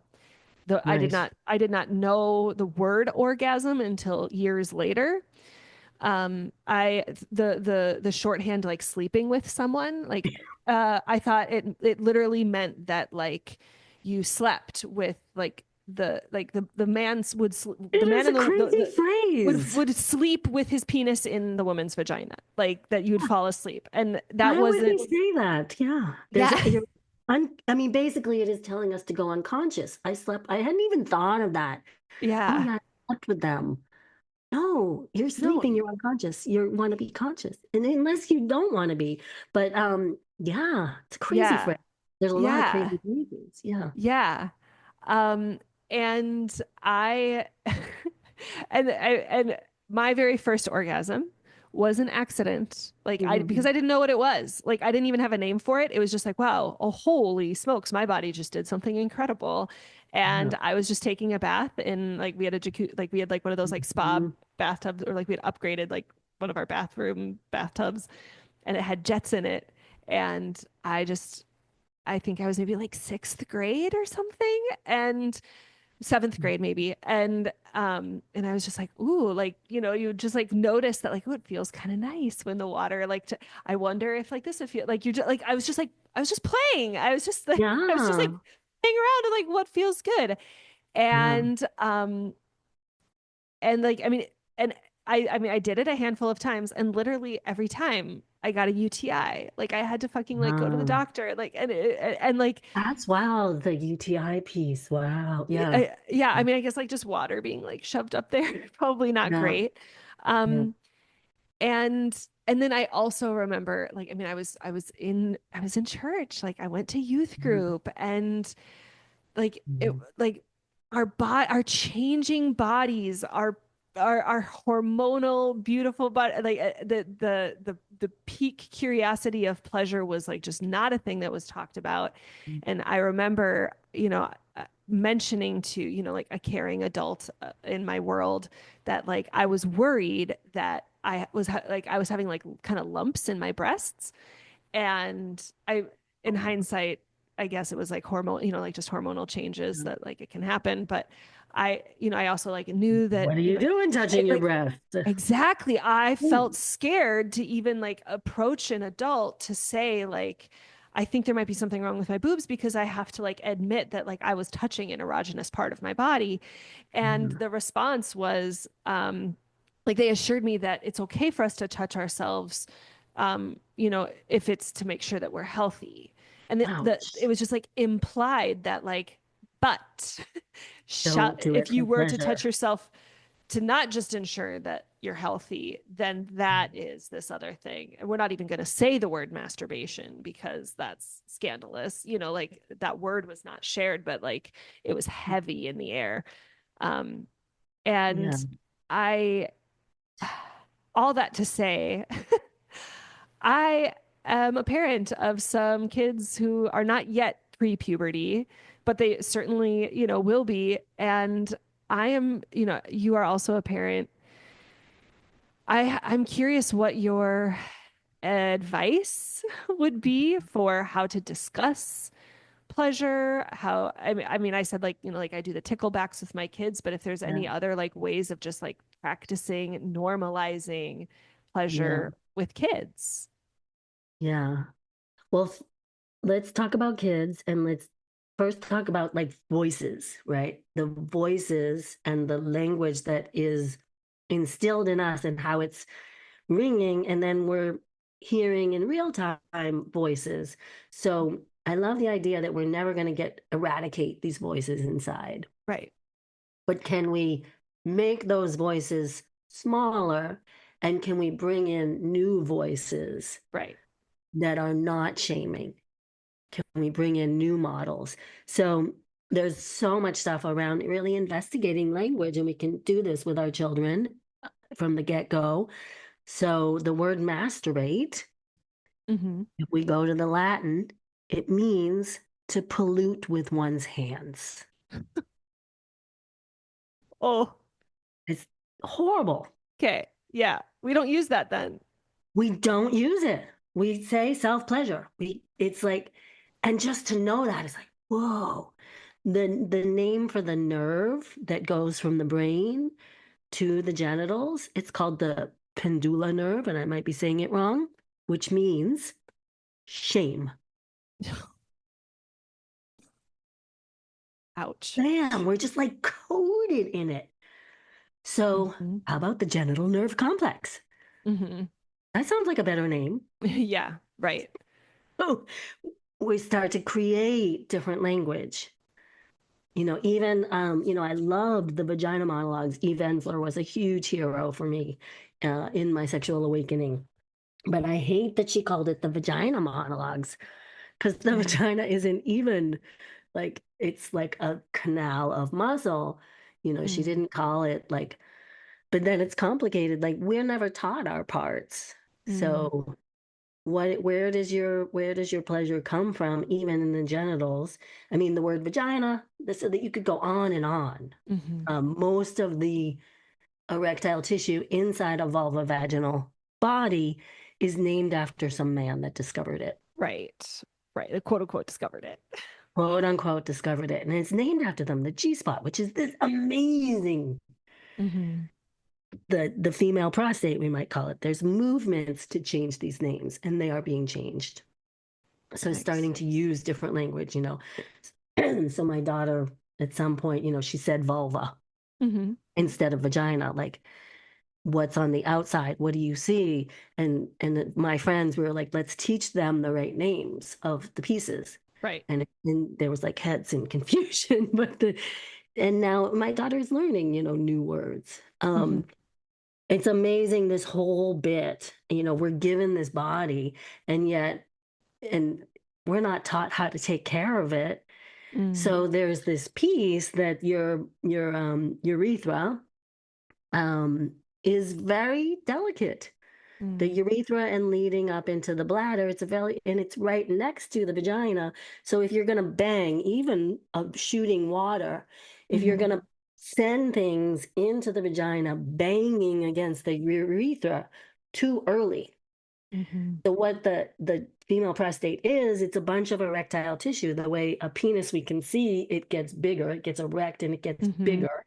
And so there's like a protective erectile tissue around the urethra, that when we reach a certain level of arousal, when we're like, yes, I'm aroused, I'm ready, then the urethra is protected from banging, from any kind of penetration that's going in too soon is potentially going to cause a UTI. To really wait that you're in a full state of arousal before anything is going in. And it's amazing, even a jet of water, anything. So that should be something we just teach kids with vulvas. Like, they have a urethra and a vagina. So here's the deal. Be careful. This is how you do it. How do you ride your bicycle? This is how you care for your system. Right. Teaching them. I was very lucky. Very early on, my mother said something about self-pleasuring, like, oh, sometimes people touch themselves between their legs and because it feels good. Just don't do it in public. Right. Yeah. And I'm there's such a big difference between what I experienced as a kid and normalizing that it feels good and it's a perfectly great thing to do, and that's a thing you should do it. That we do on our own. Maybe there's the competent protective practice. So that's where, like, you're bringing in the new voices. Who is it? When I started my sexual journey, I had all these teachers. I had Sherry Winston, I had Eve Ensler, I had Mama Gina. So I had these other new voices that I could feel behind my back. So I wasn't alone, and I could try on this new language and that we're changing the dialogue. There's a really great book for kids. I meant to bring it out here. It's like Love, Sex, and Pleasure for Today's Teens, or something like that. Okay. I'll give it to you for the show notes. And I love it. She has this beautiful, beautiful chapter on flirting and how lovely flirting is. And that flirting is this exchange. Like, right now, you and I just started smiling. It's the energy. It's butterflies and bees on flowers. It's us loving puppies and babies. Like, it doesn't have to mean, again, like when we're into like meaning making, it doesn't mean I want to go to bed with you right now. Right. Like, I'm enjoying your energy and it's lighting up mine and we're lighting up together. Isn't this great? And we can just be in this, and that doesn't have to mean some outcome. Right. Beautiful chapter. So I think there is something to going back and re-sexual educating yourself and sitting with your younger selves. Yes. in psychodrama, I did a lot of that, like sitting, Carmen does that, like sitting with your younger selves Mm-hmm. and like, hey, little 12-year-old, we're going to sit here, Oh, yeah. read this really good book on sex that we didn't Mhm. get to read when it was your That age. is honestly, so I think honestly, one of the reasons that I have the Stoner Story Witch podcast is like the effect of watching Encanto as an adult, like with my kid, like watching and reading books. Like there's such the world of like stories and information and like just like what we know that we are giving the kids now that's very different than what I had when I was younger. Um, is like so liberatory. It just feels so, Yeah. yes, like 100%. Like I will sit and watch a show with my kids and I'm Yeah. like, but where's the crack in the wall for my liberation here? Like, cause yeah, like my little like 9-year-old self didn't get to see this or didn't get to experience it this way. So Yeah, yeah. bring them in, let them hear it, let them hear, Yes. Yes. and all the capacity. Like I still can't get over all the how we didn't have visible queerness when I was Yeah. in high school. Like I look back, I'm like, what? Mhm. And even in college, like my friend who became this huge queer personality writer on the radio, like we were in college in New York City and he was not out. Mm. No. So now it is shifting. We can be with them and like and feel the Mm. liberation and the openness. And we can also reach back, Yeah. Go get reach back. them. Go get that part of you. That's like, Yeah, like I mean, when I know I throw around the word liberation a lot in the podcast, but like I use it. Rev Angel Kyoto Williams has like the 5 pillars of liberation, and there's this collective process that the part is like, she says, like, go get your people. And like what she means is like those parts of you that were not allowed liberation then, like, go get them and hold them in your care and like invite new voices on the bus, right? And I love yeah, what you said too, where it's like, as much as I may want to like kick out the voice on my bus that says, you mm-hmm. know, all these things that I don't want to agree with about pleasure, it's like there like I'm going to spend too much time resisting that which I don't want. And really what I just need to do is be like, okay, I'm going to have a conversation with Marisa because I want Marisa's voice to also be banging around in that bus and telling me that like I can experience pleasure in lots of different ways and that it's important to experience pleasure and that it's liberatory and all of those things, right? Yeah, So, yeah. yeah. In what ways have you seen pleasure being a liberatory practice, or are there like versions of yourself maybe that you want to like name or go get in some way here? Like it felt nice for me to kind of name Mm, that, like, okay, like this is some of the gunkiness, or like maybe how how those relationships with those parts of you have kind of shifted, or practices that you have, or we can skip ahead to a different question because maybe we've talked about this, but yeah. I mean, there's so many things, which way to go. I mean, sorry, I'm dropping into some of the pain. oh, I actually was a model for my father, as a child. So my father, and he just passed. So my father drew me, as a child, about 11, 10, 11, 9, 10, 11. mm, I also, he had me model for drawing classes, nude, and really out. So, and all of it was like outside of my consent.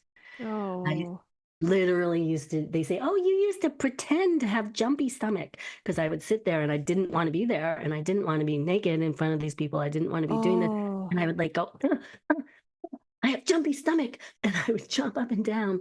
Like my body was revolting. I didn't want to be there. So, oh, yeah, so it's interesting now. I really have a strong thing about when I want to be naked in front of people. And yeah, it's all this like, oh, liberation. I'll go hang out with people in the consent community and they're taking off their clothes before I want them to take off their clothes. I don't want to, I have a thing about nudity, but it's nice for me to just be like, I have a thing about nudity. I have a thing. I don't like, I'm very careful about when I choose to be nude. Mm-hmm. And that's actually become almost as I drop into consent, because I used to, and then I would perform and was a performance artist, and I would often perform naked. Mm-hmm. And I almost had like a retroactive thing with myself to slow it way down. And that's a wonderful piece, to just slow down so that you can really feel your inner yes and your no. And I'm like, I have a really slow warm up to being naked and just letting myself have that process Yeah. of a slower warm up. Yeah. Oh, And yikes. I'm just like still sitting with the whole like modeling nude for a bunch of people in an art class, like against your kids. And like that definitely speaks to, and I know this is a thing that you work on a lot, but like people's relationship to pleasure when they have been, you know, when there have been various lines of consent that have been crossed and, you know, yeah, in yeah, sexual abuse or just kind of like, you know, in this case, it's like coercion by, you know, a parent in an up power position who's like, hey, I need you to do this thing. And like, even, you know, yeah, yikes. yeah. And then the parenting piece, so then it's quite healing. For Mm-hmm. me, it's incredibly healing and liberatory to watch my daughter and Yes. let her make her own choices and to do that process. So actually, like at home, I'm quite a nudie. I can be quite a nudie at home, or even with Because you know, you're safe family. there. Yeah, and you know, Yeah. and so but she's very modest, my daughter, and I'm like with friends in that kind of context. There's certain contexts that I would be very like take my clothes off. Um, but to really let her make her choices, like, mom, you can't, like, so to backtrack a little bit, in my home, we didn't have a lock on the bathroom door. We had Mm. one bathroom for all four of us. You could be in the bathtub, anyone would come in and use the toilet, vice versa. Mm-hmm. And my brother got to be at puberty and he put a lock on the door. He went to the hardware store and he Got put a it. lock. Made it happen. So my daughter, like very early on, was like, knock before you come in. Mm-hmm. No, you can't. No, I don't. And she was incredibly modest. And it was so wonderful to Mm-hmm. watch her be herself Mm-hmm. and totally leave room for that. And there were, even inside of me, I could feel the fight. Like, how dare you? Oh, When my brother put yes. the lock on the door, I was like, what? How dare you? And angered, like, why didn't I do that? Why? That's so Why did smart. I?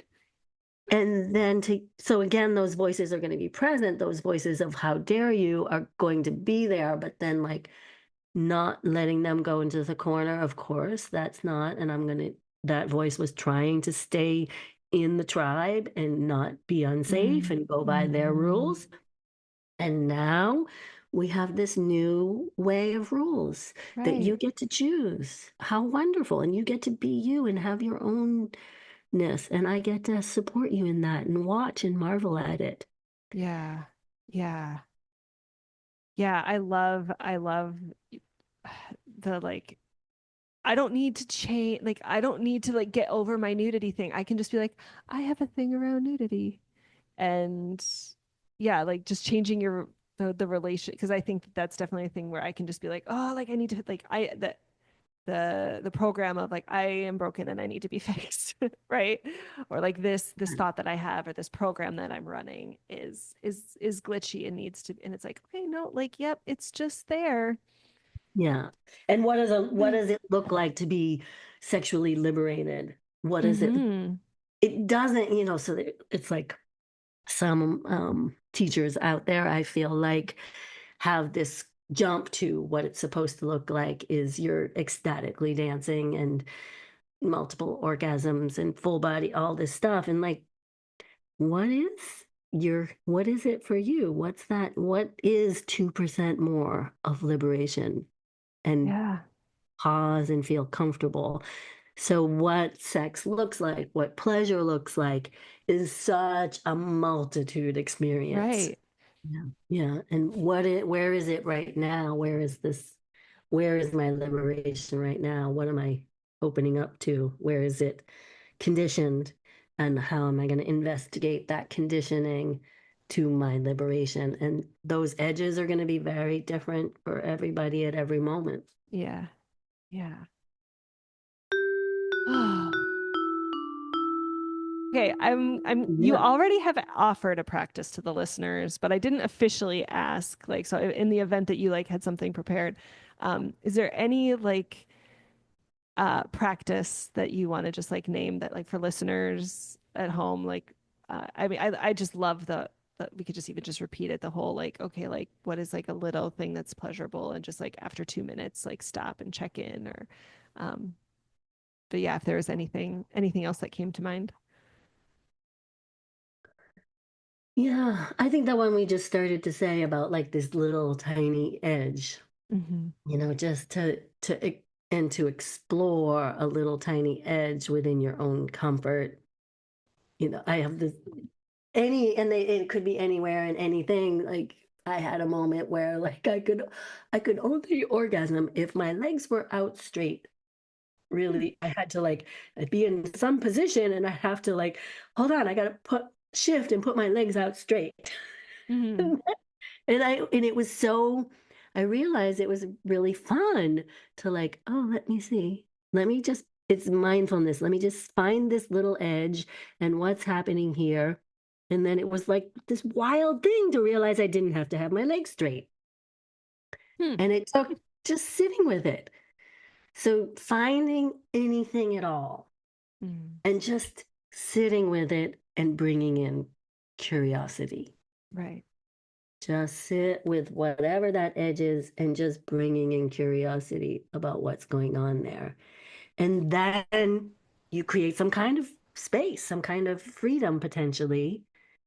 And that leads to like another sense of freedom.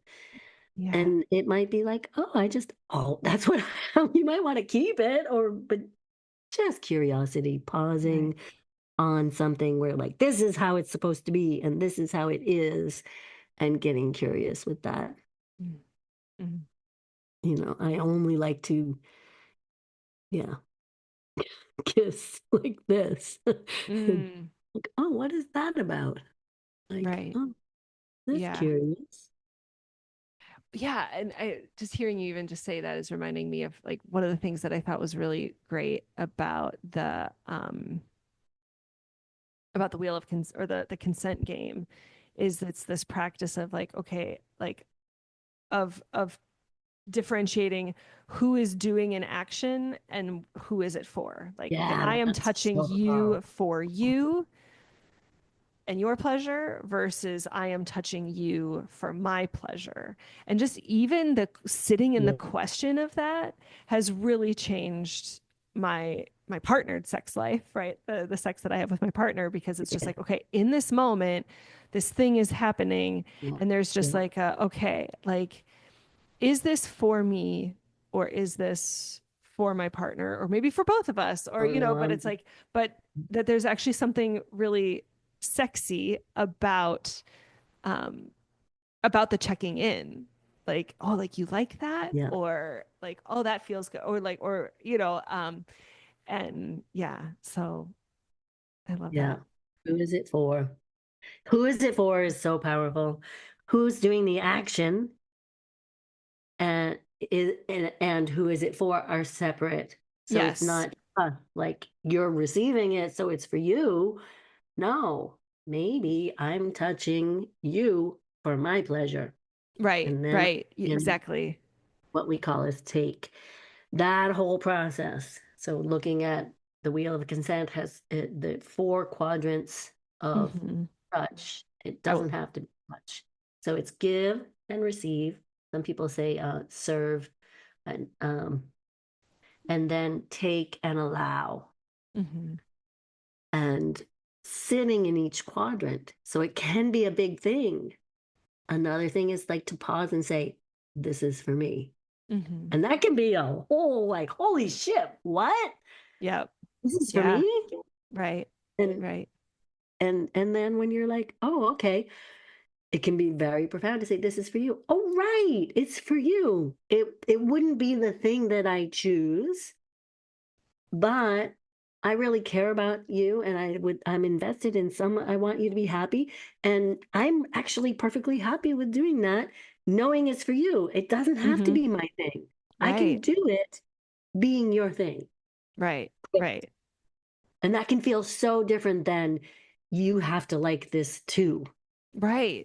Right. Yeah. It's like, okay, but I also just like this other thing, and I will, and like that will be centered as well at at another time.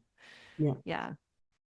Oh, the other thing I just wanted to say, I wanted to follow up because in the casting spells, there's also just this is just a really nice practice that I think just like even with just, it doesn't even have to be a sexual partner, but the it's nice to want practice that we Mhm. did where it was Yeah. just Yeah. just like take I think it was like 3 to 5 minutes, and it was and like the container is just, you know, I want blank. It could just be like literally anything that comes to mind. It could be huge existential, like world Yeah. peace, and it could be, I want a cheeseburger with onion fry. And it's just Yeah. you take turns.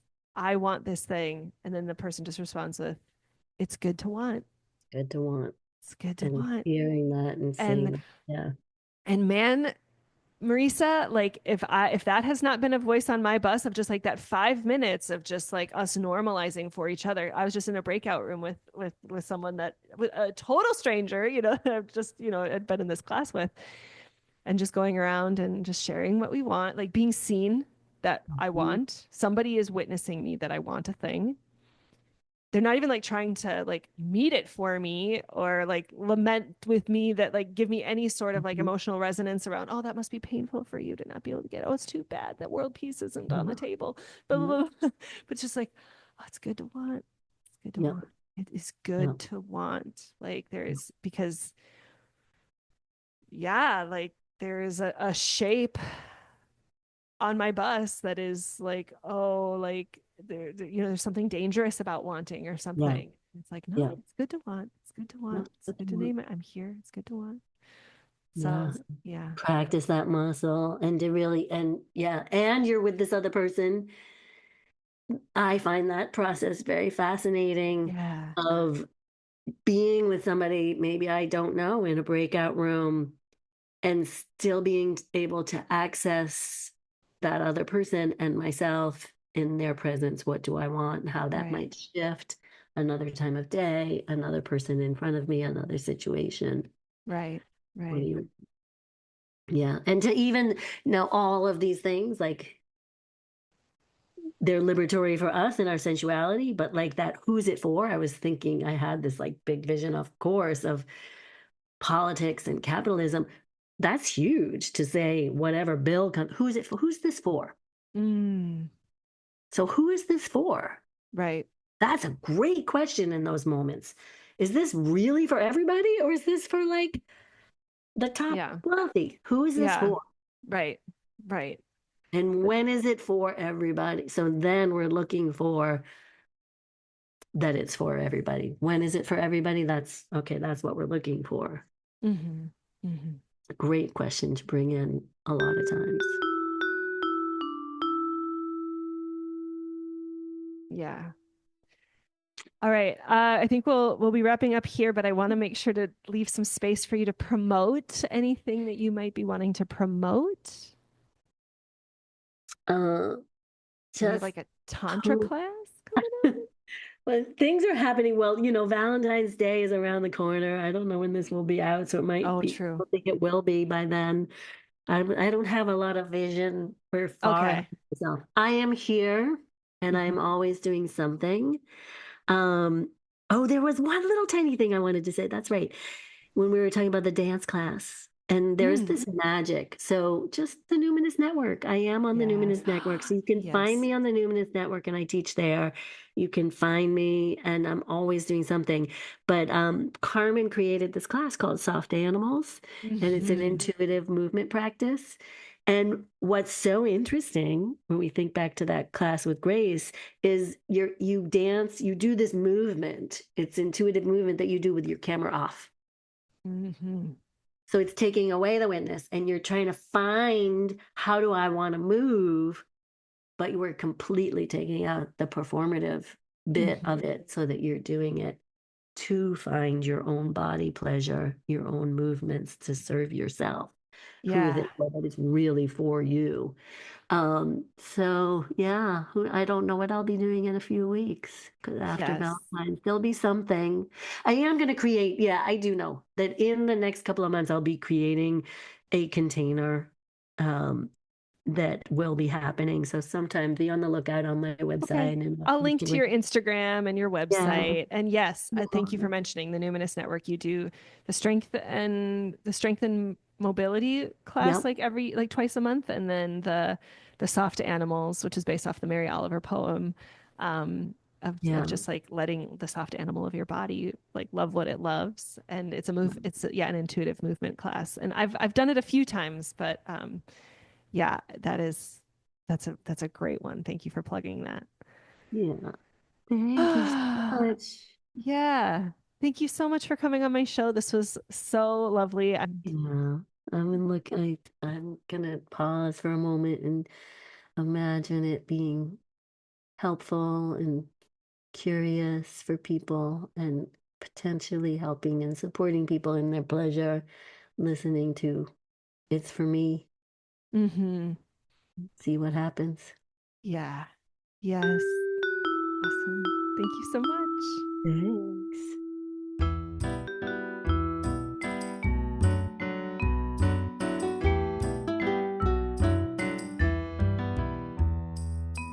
Thank you so much for tuning in to this episode. Thank you to Marisa and to the Numinous Network and all of the resources that we talked about. I will put in the show notes so you can check those out there. I am currently working on several different podcasts right now, but I do know that I have some other episodes planned for discussing bad sisters and this question of resisting the patriarchy in all these different ways, and how it relates to other stories, and definitely Zonvaline's work, which I'm just mentioning again here because yeah, it just feels like there's so much information and companioning that she offers in her podcast and in her Substack that is so much more than I could ever dream of being able to offer. And so if I can just connect someone who resonates with the themes of bad sisters and who just kind of wants help like making meaning of it all and locating ourselves in like these systems of like how patriarchy is like such a motherfucker in our interpersonal and in our interpersonal relationships and in our homes, I cannot recommend Zonvaline's work highly enough. So please do check that out as well. And thanks again to Marisa for coming on the show. Again, it's marisasullivanhealing.com. I will post it in the show notes as well as her Instagram. So yeah, I have some Onyx Storm and Bad Sisters episodes that I'm percolating on, as well as a series on the Dream Productions, which is the mockumentary series that Disney put out that's in between Inside Out 1 and Inside Out 2 that just feels really juicy that I'm developing. And also what I hope to be a really fun conversation with my tattoo artist and the kind of roles and rituals that tattoos can play in stories as well as in our lives. So yeah, I will just kind of leave that there. I'm excited about some of the podcasts that I've got coming up. I don't really know the order of what's coming, but that's sort of what the forecast is. So stay tuned if any of that sounds interesting. And I look forward to chatting at you another time. As always, I love hearing from you. So if you just have whatever thoughts or connections you have, resonance you might be feeling from any of the themes that I talk about in any of my podcasts, yeah, I would love to hear from you at stonerstorywitch@gmail.com. I want to thank Matt Shuby for the podcast art, my husband Kevin Carlo for all his help in the creation of the theme song for the podcast, and Anais Mitchell and John Williams for their inspiration of Hedwig's theme and Hadestown. And before I sign off, I would like to leave you with a quote from another one of my teachers, Rev. Angel Kyoto Williams, who says, "Love and justice are not two. Without interchange, there can be no outer change. And without collective change, no change matters."